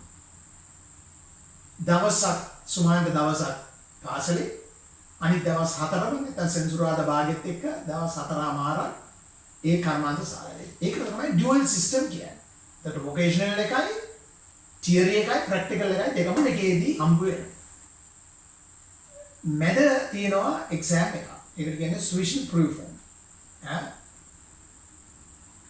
මිඩල් එක්සෑම් එක. ඒක ගැන ඒක ඉවරනට පස්සේ කතා බහ කරනවා ශිෂ්‍යයාගේ තත්ත්වය ගැන. කර්මාන්ත ශාලාවේ එක්කෙනෙක් ඉන්නවා ඔබට අනුකූලව. එතන රිපෝට් එකක් තියෙනවා. එයා අස්සම් කරන්න ඕනේ ආවද නැද්ද කින්නවද? ඔබට චූටි ගානකුත් හම්බ වෙනවා. මුදලකුත් හම්බ වෙනවා. ඒ ප්‍රැක්ටිකල් කරන කාලේ. O level කරන ඒගොල්ලෝ අවුරුදු 3ක් කරන්න ඕනේ. අවුරුදු 2යි මාස 8ක් විතර. අනිත් අය A level කරන අය අවුරුදු 2මාර විෂය පද්ධතිය යනවා. මගෙන් අහන්න මොන වගේ විෂය පද්ධතිය තියෙන්නේ කියලා ඉන්ටර්නෙට් එකේ ගහලා බලපුවම ඩුවල් සිස්ටම් කියලා ගහපුවම එනවා. ඕකේ. උදාහරණයක් වශයෙන් ඔබට පුළුවන් Lufthansa එකේ වැඩ කරන්න. එයාපෝට් එකේ වැඩ කරන්න. Airbus industry එකේ වැඩ කරන්න. Volkswagen, BMW, Porsche ඒ වගේ වැඩ කරන්න. එතකොට මේ කර්මාන්ත ශාලාව ඕගොල්ලෝ මොටෝ මැකැනික් නම් ඒ සම්බන්ධව වැඩ කරන ආයතනයක ඒ ඩුවල් සිස්ටම් එක අරගෙන යන්න පුළුවන්. ඕකේ. ඉතින් මේවා හරිම වැදගත්. එයාපෝට් සම්බන්ධව කතා කරොත් එයාක්‍රාෆ්ට් මැකැනික් කෙනෙක් වෙන්න පුළුවන්. Lufthansa වල එයාක්‍රාෆ්ට් මැකැනික් ඒගොල්ලෝ බිල්ඩ් අප් කරනවා. උගන්වනවා. Engine technology, RAM service, passenger service, cargo handling, apron control, travel agent, specialist for road and traffic technology, civil engineer, solar and nature energy, medical professional, social professional, engine mechanic, hotel specialist, elevator manufacturer. මේ අනාදී බොහෝ ඒකට කියනවා බෙරූෆ් කියලා. Job එකක් නෙවෙයි. Job එකක් ඕනෙක් කෙනෙකුට කරන්න පුළුවන්. බෙරූෆ්. මේකේ තියෙනවා වෙනසක්. ඒ කියන්නේ ඉගෙන ගන්න ඩිප්ලෝමා එකක් එක්ක තිබෙන රැකියාව. මොකද ඔබ තැනකට ඇප්ලිකේෂන් යවපුවම ඔබෙන් අහනවා හවුස් බිල්ඩින් එකක් තියනවද කියලා. මේක තමයි හේතුව. හවුස් බිල්ඩින් එකක් නැතුව ඔබට රැකියාවක් කරන්න බෑ. ජොබ් එක පුළුවන්. රාක්ක හවුරන්න, මොප් කරන්න, ඒ වගේ දේවල් සුපර් මාකට් එකේ කැෂියර් ඒවා හම්බ වෙනවා. ඒක රැකියාවක් නෙමෙයි ජොබ් එක ඕනෙ කෙනෙකුට කරන්න පුළුවන්. අරක සම්පූර්ණ වෙනස්. ඕකේ. එතකොට වෘත්තීය පුහුණුවක් නොමැතිව ඔබට රැකියාව මාකට් එකක් වෙන්න පුළුවන්, බේකරියක් වෙන්න පුළුවන්, හැම තැනින්ම ඒක අහනවා. මොකද්ද ඔබට තියෙන හවුස් බිල්ඩින් එක? උදාහරණයක්. දැන් ඔබ හිතන්න ඔබ දවසක් නැත්තම් වරුවක් නිවාඩු රැගෙන ඔබට අවශ්‍ය කරන බලපත්‍රයක් ලබා ගැනීම සඳහා ඔබ රාජ්‍යයේ ස්ථානයකට යනවා කියලා. ඔබ එතනට ගිය විගස දැන් නිවාඩුවක් ෆුල් ඩේ එකක් දාලා නැත්තම් හාෆ් ඩේ එකක් දාලා තමයි එන්නේ. මේ වැඩේ කරගන්න ඉක්මනට. ඒ නිවාඩු දෙන්නේ නැහැ ඔබේ ආයතනයේ. ඒ ගිය විගස ඔබට දැනගන්න ලැබෙනවා එම ස්ථානයේ සිටින නියෝජිතයා නිවාඩුවට ගිය බව. නැත්නම් ඔහු අසනීපෙන් පසු වෙන බව. එහෙම නැත්නම් ඔහු මීටිමක ඉන්නවා කියලා. අපි එහෙම හිතමු. එයා එනකම් ඔබට ඉන්න වෙනවා. මොකද එයා විතරයි මේ සබ්ජෙක්ට් එක ගැන දන්නේ. අනිත් අය දන්නේ නැහැ. කැෂියර් එක කරන එක්කෙනා වෙනම ඉන්නවා. තුන්ඩුව ලියන එක්කෙනා වෙනම. ෆයිල් වල නම්බර් දාන එක්කෙනා වෙනම. ඒක පාස් කරන එක්කෙනා වෙනම. තනියම. ඕකේ? ඇසිස්ටන්ට්ලා ඒ වෙන විට ඔබ අසරණ භාවයකට පත් වෙනවද නැද්ද? ඔබ අසරණ වෙනවා. නිවාඩු දාගෙන ආවේ. මේ වැඩේ කරගන්න. කවුරුත් ඔබේ ડોකියුමන්ට්ස් ඔබේ ෆයිල් එක පාර ගන්න නැහැ. ඇයි? ඔහු අසනීප තත්ත්වයක නැත්නම් නිවාඩු වෙලා නැත්නම් ඔහු මීටින් එකේ. පේනවද? මෙවැනි දේ දියුණු රටවල සිදුවන්නේ නැමෙත. මේවා දියුණු රටවල වල වෙන්නේ නැහැ. ඔබ රස්තියාදු කරන්නේ නැහැ. අපහසුතාවයට ලක් කරන්නේ නැහැ. ඔබේ කාලය ගැන ඔවුන්ට මන අවබෝධයක් තියෙනවා.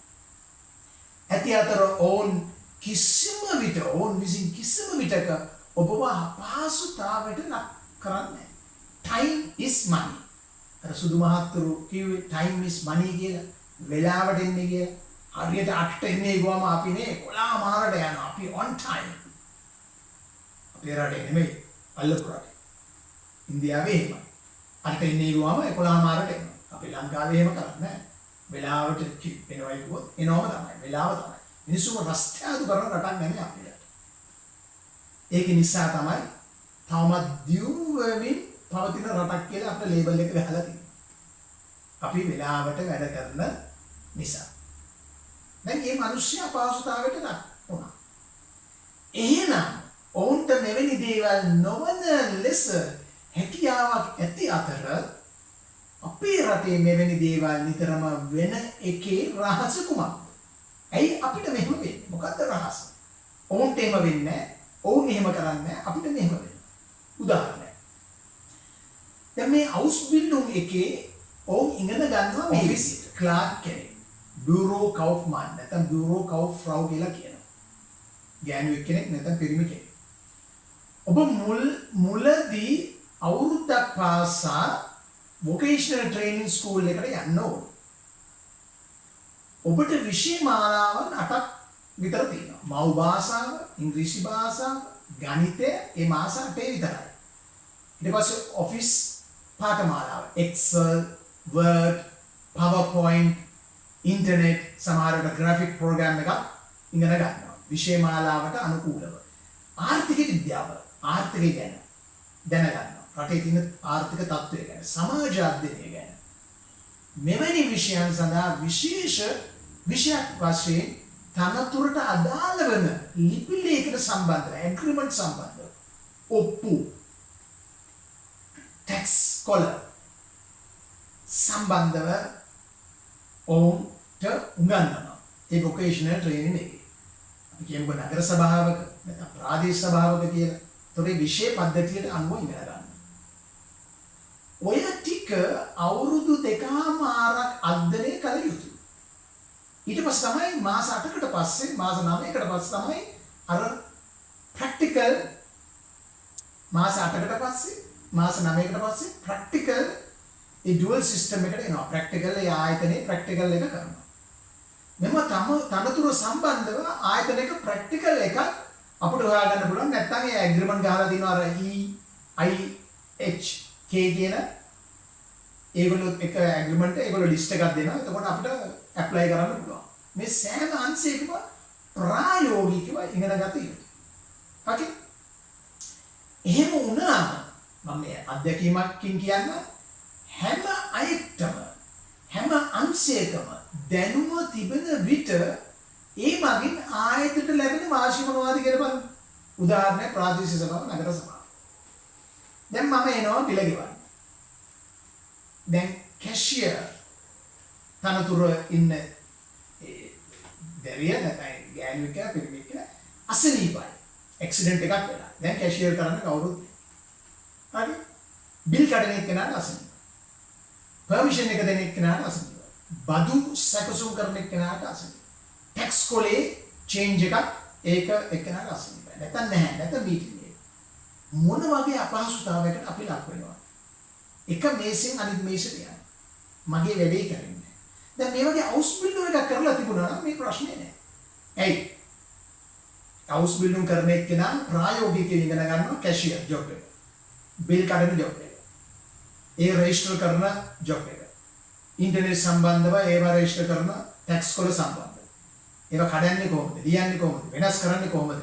සිස්ටම් එකේ. හැමෝටම පාස්වර්ඩ් එකක් දීලා තියෙනවා. ඒතකොට ඕන එක්කෙනෙක් දන්නවා මේ අහවලා තමයි මේක කරේ කියලා. හොඳ නැද්ද? එතකොට මේ මිනිස්සයා නිවාඩු දාගෙන ආපු මිනිස්සයා දවසක් නිවාඩු දාගෙන වරුවක් නිවාඩු දාගෙන ආපු කෙනා අපහසුතාවයකට ලක් වෙන්නේ නැහැ. අඳුම ගානේ කෙනෙක් ඉන්නවා ඒ ડોකියුමන්ටේෂන් බාර ගන්න. එතකොට අර මිනිස්සෙ නිදහස්. එතකොට දන්නවා අර ආපුවම වැඩ පටන් ගන්නවයි කියලා අඳුම ගන්න.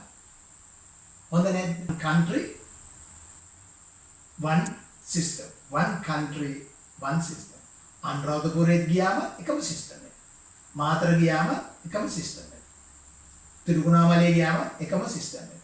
වවුනියාවේ ඉඳලා කොළඹට ආවම එකම සිස්ටම් එක. එකම සිස්ටම් එක. එකම කොලේ. එකම බදු කොලේ. එකම ටැක්ස් කොලේ. ඔක්කොම හැමෝම හැම දෙයක්ම දානවා. කෙනෙක් අසනීප වුණොත් එයා නැගිටලා ගිහිල්ලා අනිත් තැන වාඩි වෙලා තමන්ගේ මේ කම්පියුටර් එකේ පාස්වර්ඩ් එක ගහලා වැඩ කරන්න පටන් ගන්න පුළුවන්. හැමෝම හැමදේම දාන්න. හොඳ නේද? මම අත්දැකීම් දැකලා තියෙන මේ අත්දැකීම් වලින් කියන්නේ මහත්තයා පොඩ්ඩක් ඉන්නවද මේ කැෂියර් එක්කෙනා ආවේ නෑ. ඔහුට අසනීපයි. දැන් ඉන්නේ අලුත් එක්කෙනෙක්. ඇය අද තමයි පටන් ගත්තේ.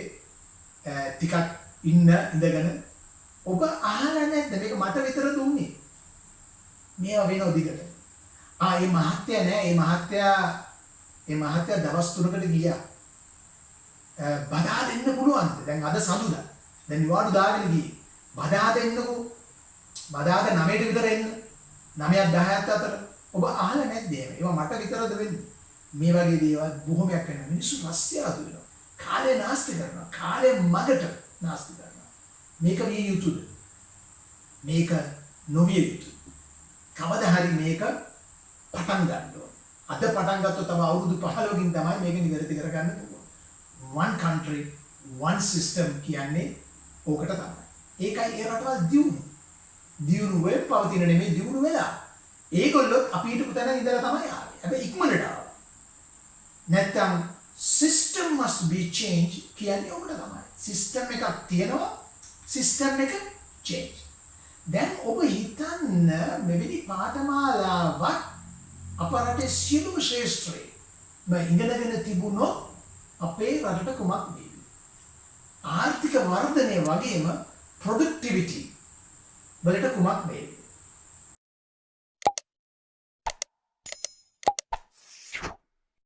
මහජනතාව දැනුවත් වෙනවා. සේවකයන් දැනුවත් වෙනවා. බුද්ධිය වැඩි වෙනවා. හැම දෙයක් ගැනම දන්නවා. ආර්ථික විද්‍යාව ගැන, සමාජ අධ්‍යයනය ගැන, ගණිතය ගැන, ඉංග්‍රීසි භාෂාව ගැන, මව් භාෂාව ගැන මේ සියලු දේ ඉගෙන ගන්නවා. ඒ අවුස්බිල්ඩුම් එකේ දෙවෙනි අවුරුද්දේ සබ්ජෙක්ට් 4යි තියෙන්නේ. 8න් පටන් අරගෙන 4ට බලනවා. ඒ කියන්නේ එක්සෑම් එකට ෆේස් කරන 4 විතරයි තියෙන්නේ. හරි? එදා දියුණු රටවල පොඩියට තමයි මේ සියලු දේ පටන් ගත්තේ. ඔවුන්ට එදා දැක්මක් තිබුණා. දැන් ඕනේ දැක්මෙන් ප්‍රයෝජනය ගන්නමින් සිටිනවා. ඒ දැක්මට තමයි එදා කිව්වේ one country one system. මියුනික් වල වෙන දේම හැම්බර්ග් වලත් වෙනවා. ෆ්‍රැන්ක්ෆර්ට් වල වෙන දේම ඩුසෙල්ඩෝර්ෆ් වලත් වෙනවා. මේ ඩුසෙල්ඩෝර්ෆ් ඉන්න එක්කෙනෙක් ගිහිල්ලා මියුනික් වල වැඩ කරන්න පුළුවන්. එයා සිස්ටම් එක දන්නවා. ඕන තැනක වැඩ කරන්න පුළුවන්. කැෂියර් එකේ හැම තැනම වැඩ කරන්න පුළුවන්.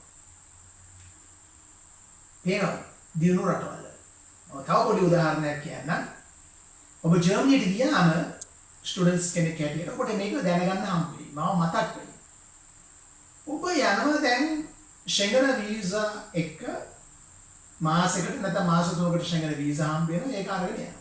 ගිහලා යුනිවර්සිටි එකට ගියාම ඔබට ඉමැට්‍රිකුලසියෝන් පෙෂානිගෝන් කියලා ඩෙන්ටිටි එකක් හම්බ වෙනවා. ඒ කියන්නේ ස්ටුඩන්ට් ඩෙන්ටිටි එක යුනිවර්සිටි එකට ඇතුල් වෙන්න එළියට යන්න. ඕකේ? ඒක අල්ලලා තමයි ඒක පන්ච් කරලා තමයි යන්න ඕනේ. එතකොට ඔයාගේ වාර්තාව ඔයා හිටියා එළියට ගියා කියන ඒවා ඔක්කොම වාර්තාගත වෙනවා. මේ ඉමැට්‍රිකුලසියෝන් බෙෂානිගෝන් එක හරි වැදගත්. මේකෙන් ලාභ ප්‍රයෝජන තියෙනවා. අපි පන්තිවල මේ ගැන කතා කරලා තියෙනවා. මේකයි apartment එකේ agreement එකක් හම්බ වෙනවා. ඒ ඉන්න තැන. ඒ agreement එකයි passport එකයි අරගෙන යන්න ඕනේ වීසා නිකුත් කරන තැන. ගියාම ඔබට අවුරුද්දකට වීසා හම්බ වෙනවා. අර මාස 3 කාලේ ඉවර වෙනකොට හරි මැදදී හරි මුලදී හරි ගියාම අවුරුද්දකට ඉන්නවා. එයා ගාව කැෂියර් එක තියෙනවා. එයා ගාව වීසා පොලේ තියෙනවා. එයා ගාව සිස්ටම් එක තියෙනවා. එයා කොහෙවත් නැගිටලා යන්නේ නැහැ. එක්කෙනෙක් ගාවට ගියාම ඔක්කොම කරලා දෙනවා. පස්සේ එන්න, හවසට එන්න, එළියට යන්න, නම්බර් එක පිළිවෙලට එන්න, මේකේ ප්‍රශ්නයක් තියෙනවා. මේකේ මේවා කිසිම දෙයක් නැහැ. One system, one country, one place. මනුෂ්‍යම රස්තිය අඩු කරන්නේ. okay ඒක ඔබට එතනට ගියම තමයි ඔබට තේරෙන්නේ. ඩ්‍රයිවිං ලයිසන් එක ගන්න ගියාම එහෙමයි. okay වාහනයක් තව කෙනෙක්ගේ නමින් අරගෙන තමගේ නමට ට්‍රාන්ස්ෆර් කරගන්න ගියාම එහෙමයි. හැම දෙයක්ම මෙවැනි අධ්‍යාපනයක් තිබුණම අද පටන් ගත්තොත් අවුරුදු 20ක් යනකොට කවුරු හරි කියයිද තාමත් දියුණු වෙමින් පවතින රටක් කියලා ලංකාව? ඒක තුරන් කරන්න ඕනේ. ඒක තුරන් කරන්න නම් වැඩපිළිවෙලක් තියෙනවා. මෙන්න මේ වගේ වොකේෂනල් ට්‍රේනින් එක හැම කෙනෙක්ම සම්බන්ධ කරන්න ඕනේ. ප්‍රායෝගික ප්‍රැක්ටිකලි and තියරි මේ දෙකම උගන්වන්න ඕනේ. එතකොට one country one system වචනයක් නෙමෙයි ඒක ක්‍රියාත්මක වෙනවා. අපිට මෙවැනි දැක්මක් තියෙනවා. අපිට මෙවැනි දැක්මක් නැහැ කියන කාරණා බෑ. අපිට දැක්මක් තියෙනවා. අපිට ගෝල් එකක් තියෙනවා. ඉලක්කයක් තියෙනවා. ප්‍රශ්නේ තාම ඒක නිවැරදි ලෙස ක්‍රියාත්මක කිරීමට කිසිම පාලකේ තාම ඉපදිලවත් නැහැ. ඉදිරිපත් මේක කෙසේ වෙතත් ඉපදිලවත් නැහැ වගේ හැඟෙනවා. දුකයි නේ. රටට ආදරය කරනවා. පරිසරයට ආදරය කරනවා. ආර්ථිකයට ආදරය කරනවා. අපේ දරුවන්ගේ අනාගතයට ආදරය කරනවා. කිසිම දෙයක් වෙන්නේ නැහැ වගේ හැඟෙනවා. ඒ කෙසේ වෙතත් අවසාන වශයෙන් කියන්න උවමනා කාරණාවක් තමයි අපේ ලංකාවේ දියුණු රටවල තියෙන එකම සිස්ටම් එකක්. වෙනසක් නැහැ. එහි තියෙන සිස්ටම් එකම තමයි එහි තියෙන්නේ. හරිද? නමුත් වෙනසකට තියෙන්නේ සිස්ටම් එක ක්‍රියාත්මක වන්නේ අඳුරන යාළුවන්ට පමණයි. ඔක තමයි වෙනස. මේ දියුණු රටවල හැමෝටම එක නීති. තාත්තා මන්ත්‍රී වුණත් එකම නීති. දඬුවම. පනිෂ්මන්ට් එක පනිෂ්මන්ට්. මෙහි ඒක වෙනස්. එකම සිස්ටම් එක. නමුත් වෙනසකට තියෙන්නේ අඳුරන යාළුවන්ට තමන්ගේ නෑදෑයන්ට හිතවිතුරන්ට සිස්ටම් එක චේන්ජ් වෙනවා. ඇයි මම එහෙම කියන්නේ? ඒ ඔක්කොම යාළුවෝ මල්ලි. ඒ සියලු දෙනාම යාළුවෝ. ඒක නිසා system change is වැඩක් නෑ කතා කරන්න. සිස්ටම් එක තියෙනවා, සිස්ටම් එක ක්‍රියාත්මක වෙන්නේ නැහැ. එහෙනම් මම හිතනවා ඔබට බොහෝ දේවල් දැනගන්න ලැබුණයි කියලා. තව තියෙනවා නම් කමෙන්ට් කරන්න. අහන්න, ලියන්න, subscribe කරන්න. Okay? And thank you so much. All the best. Auf Wiedersehen. Tschüss. Alles Gute.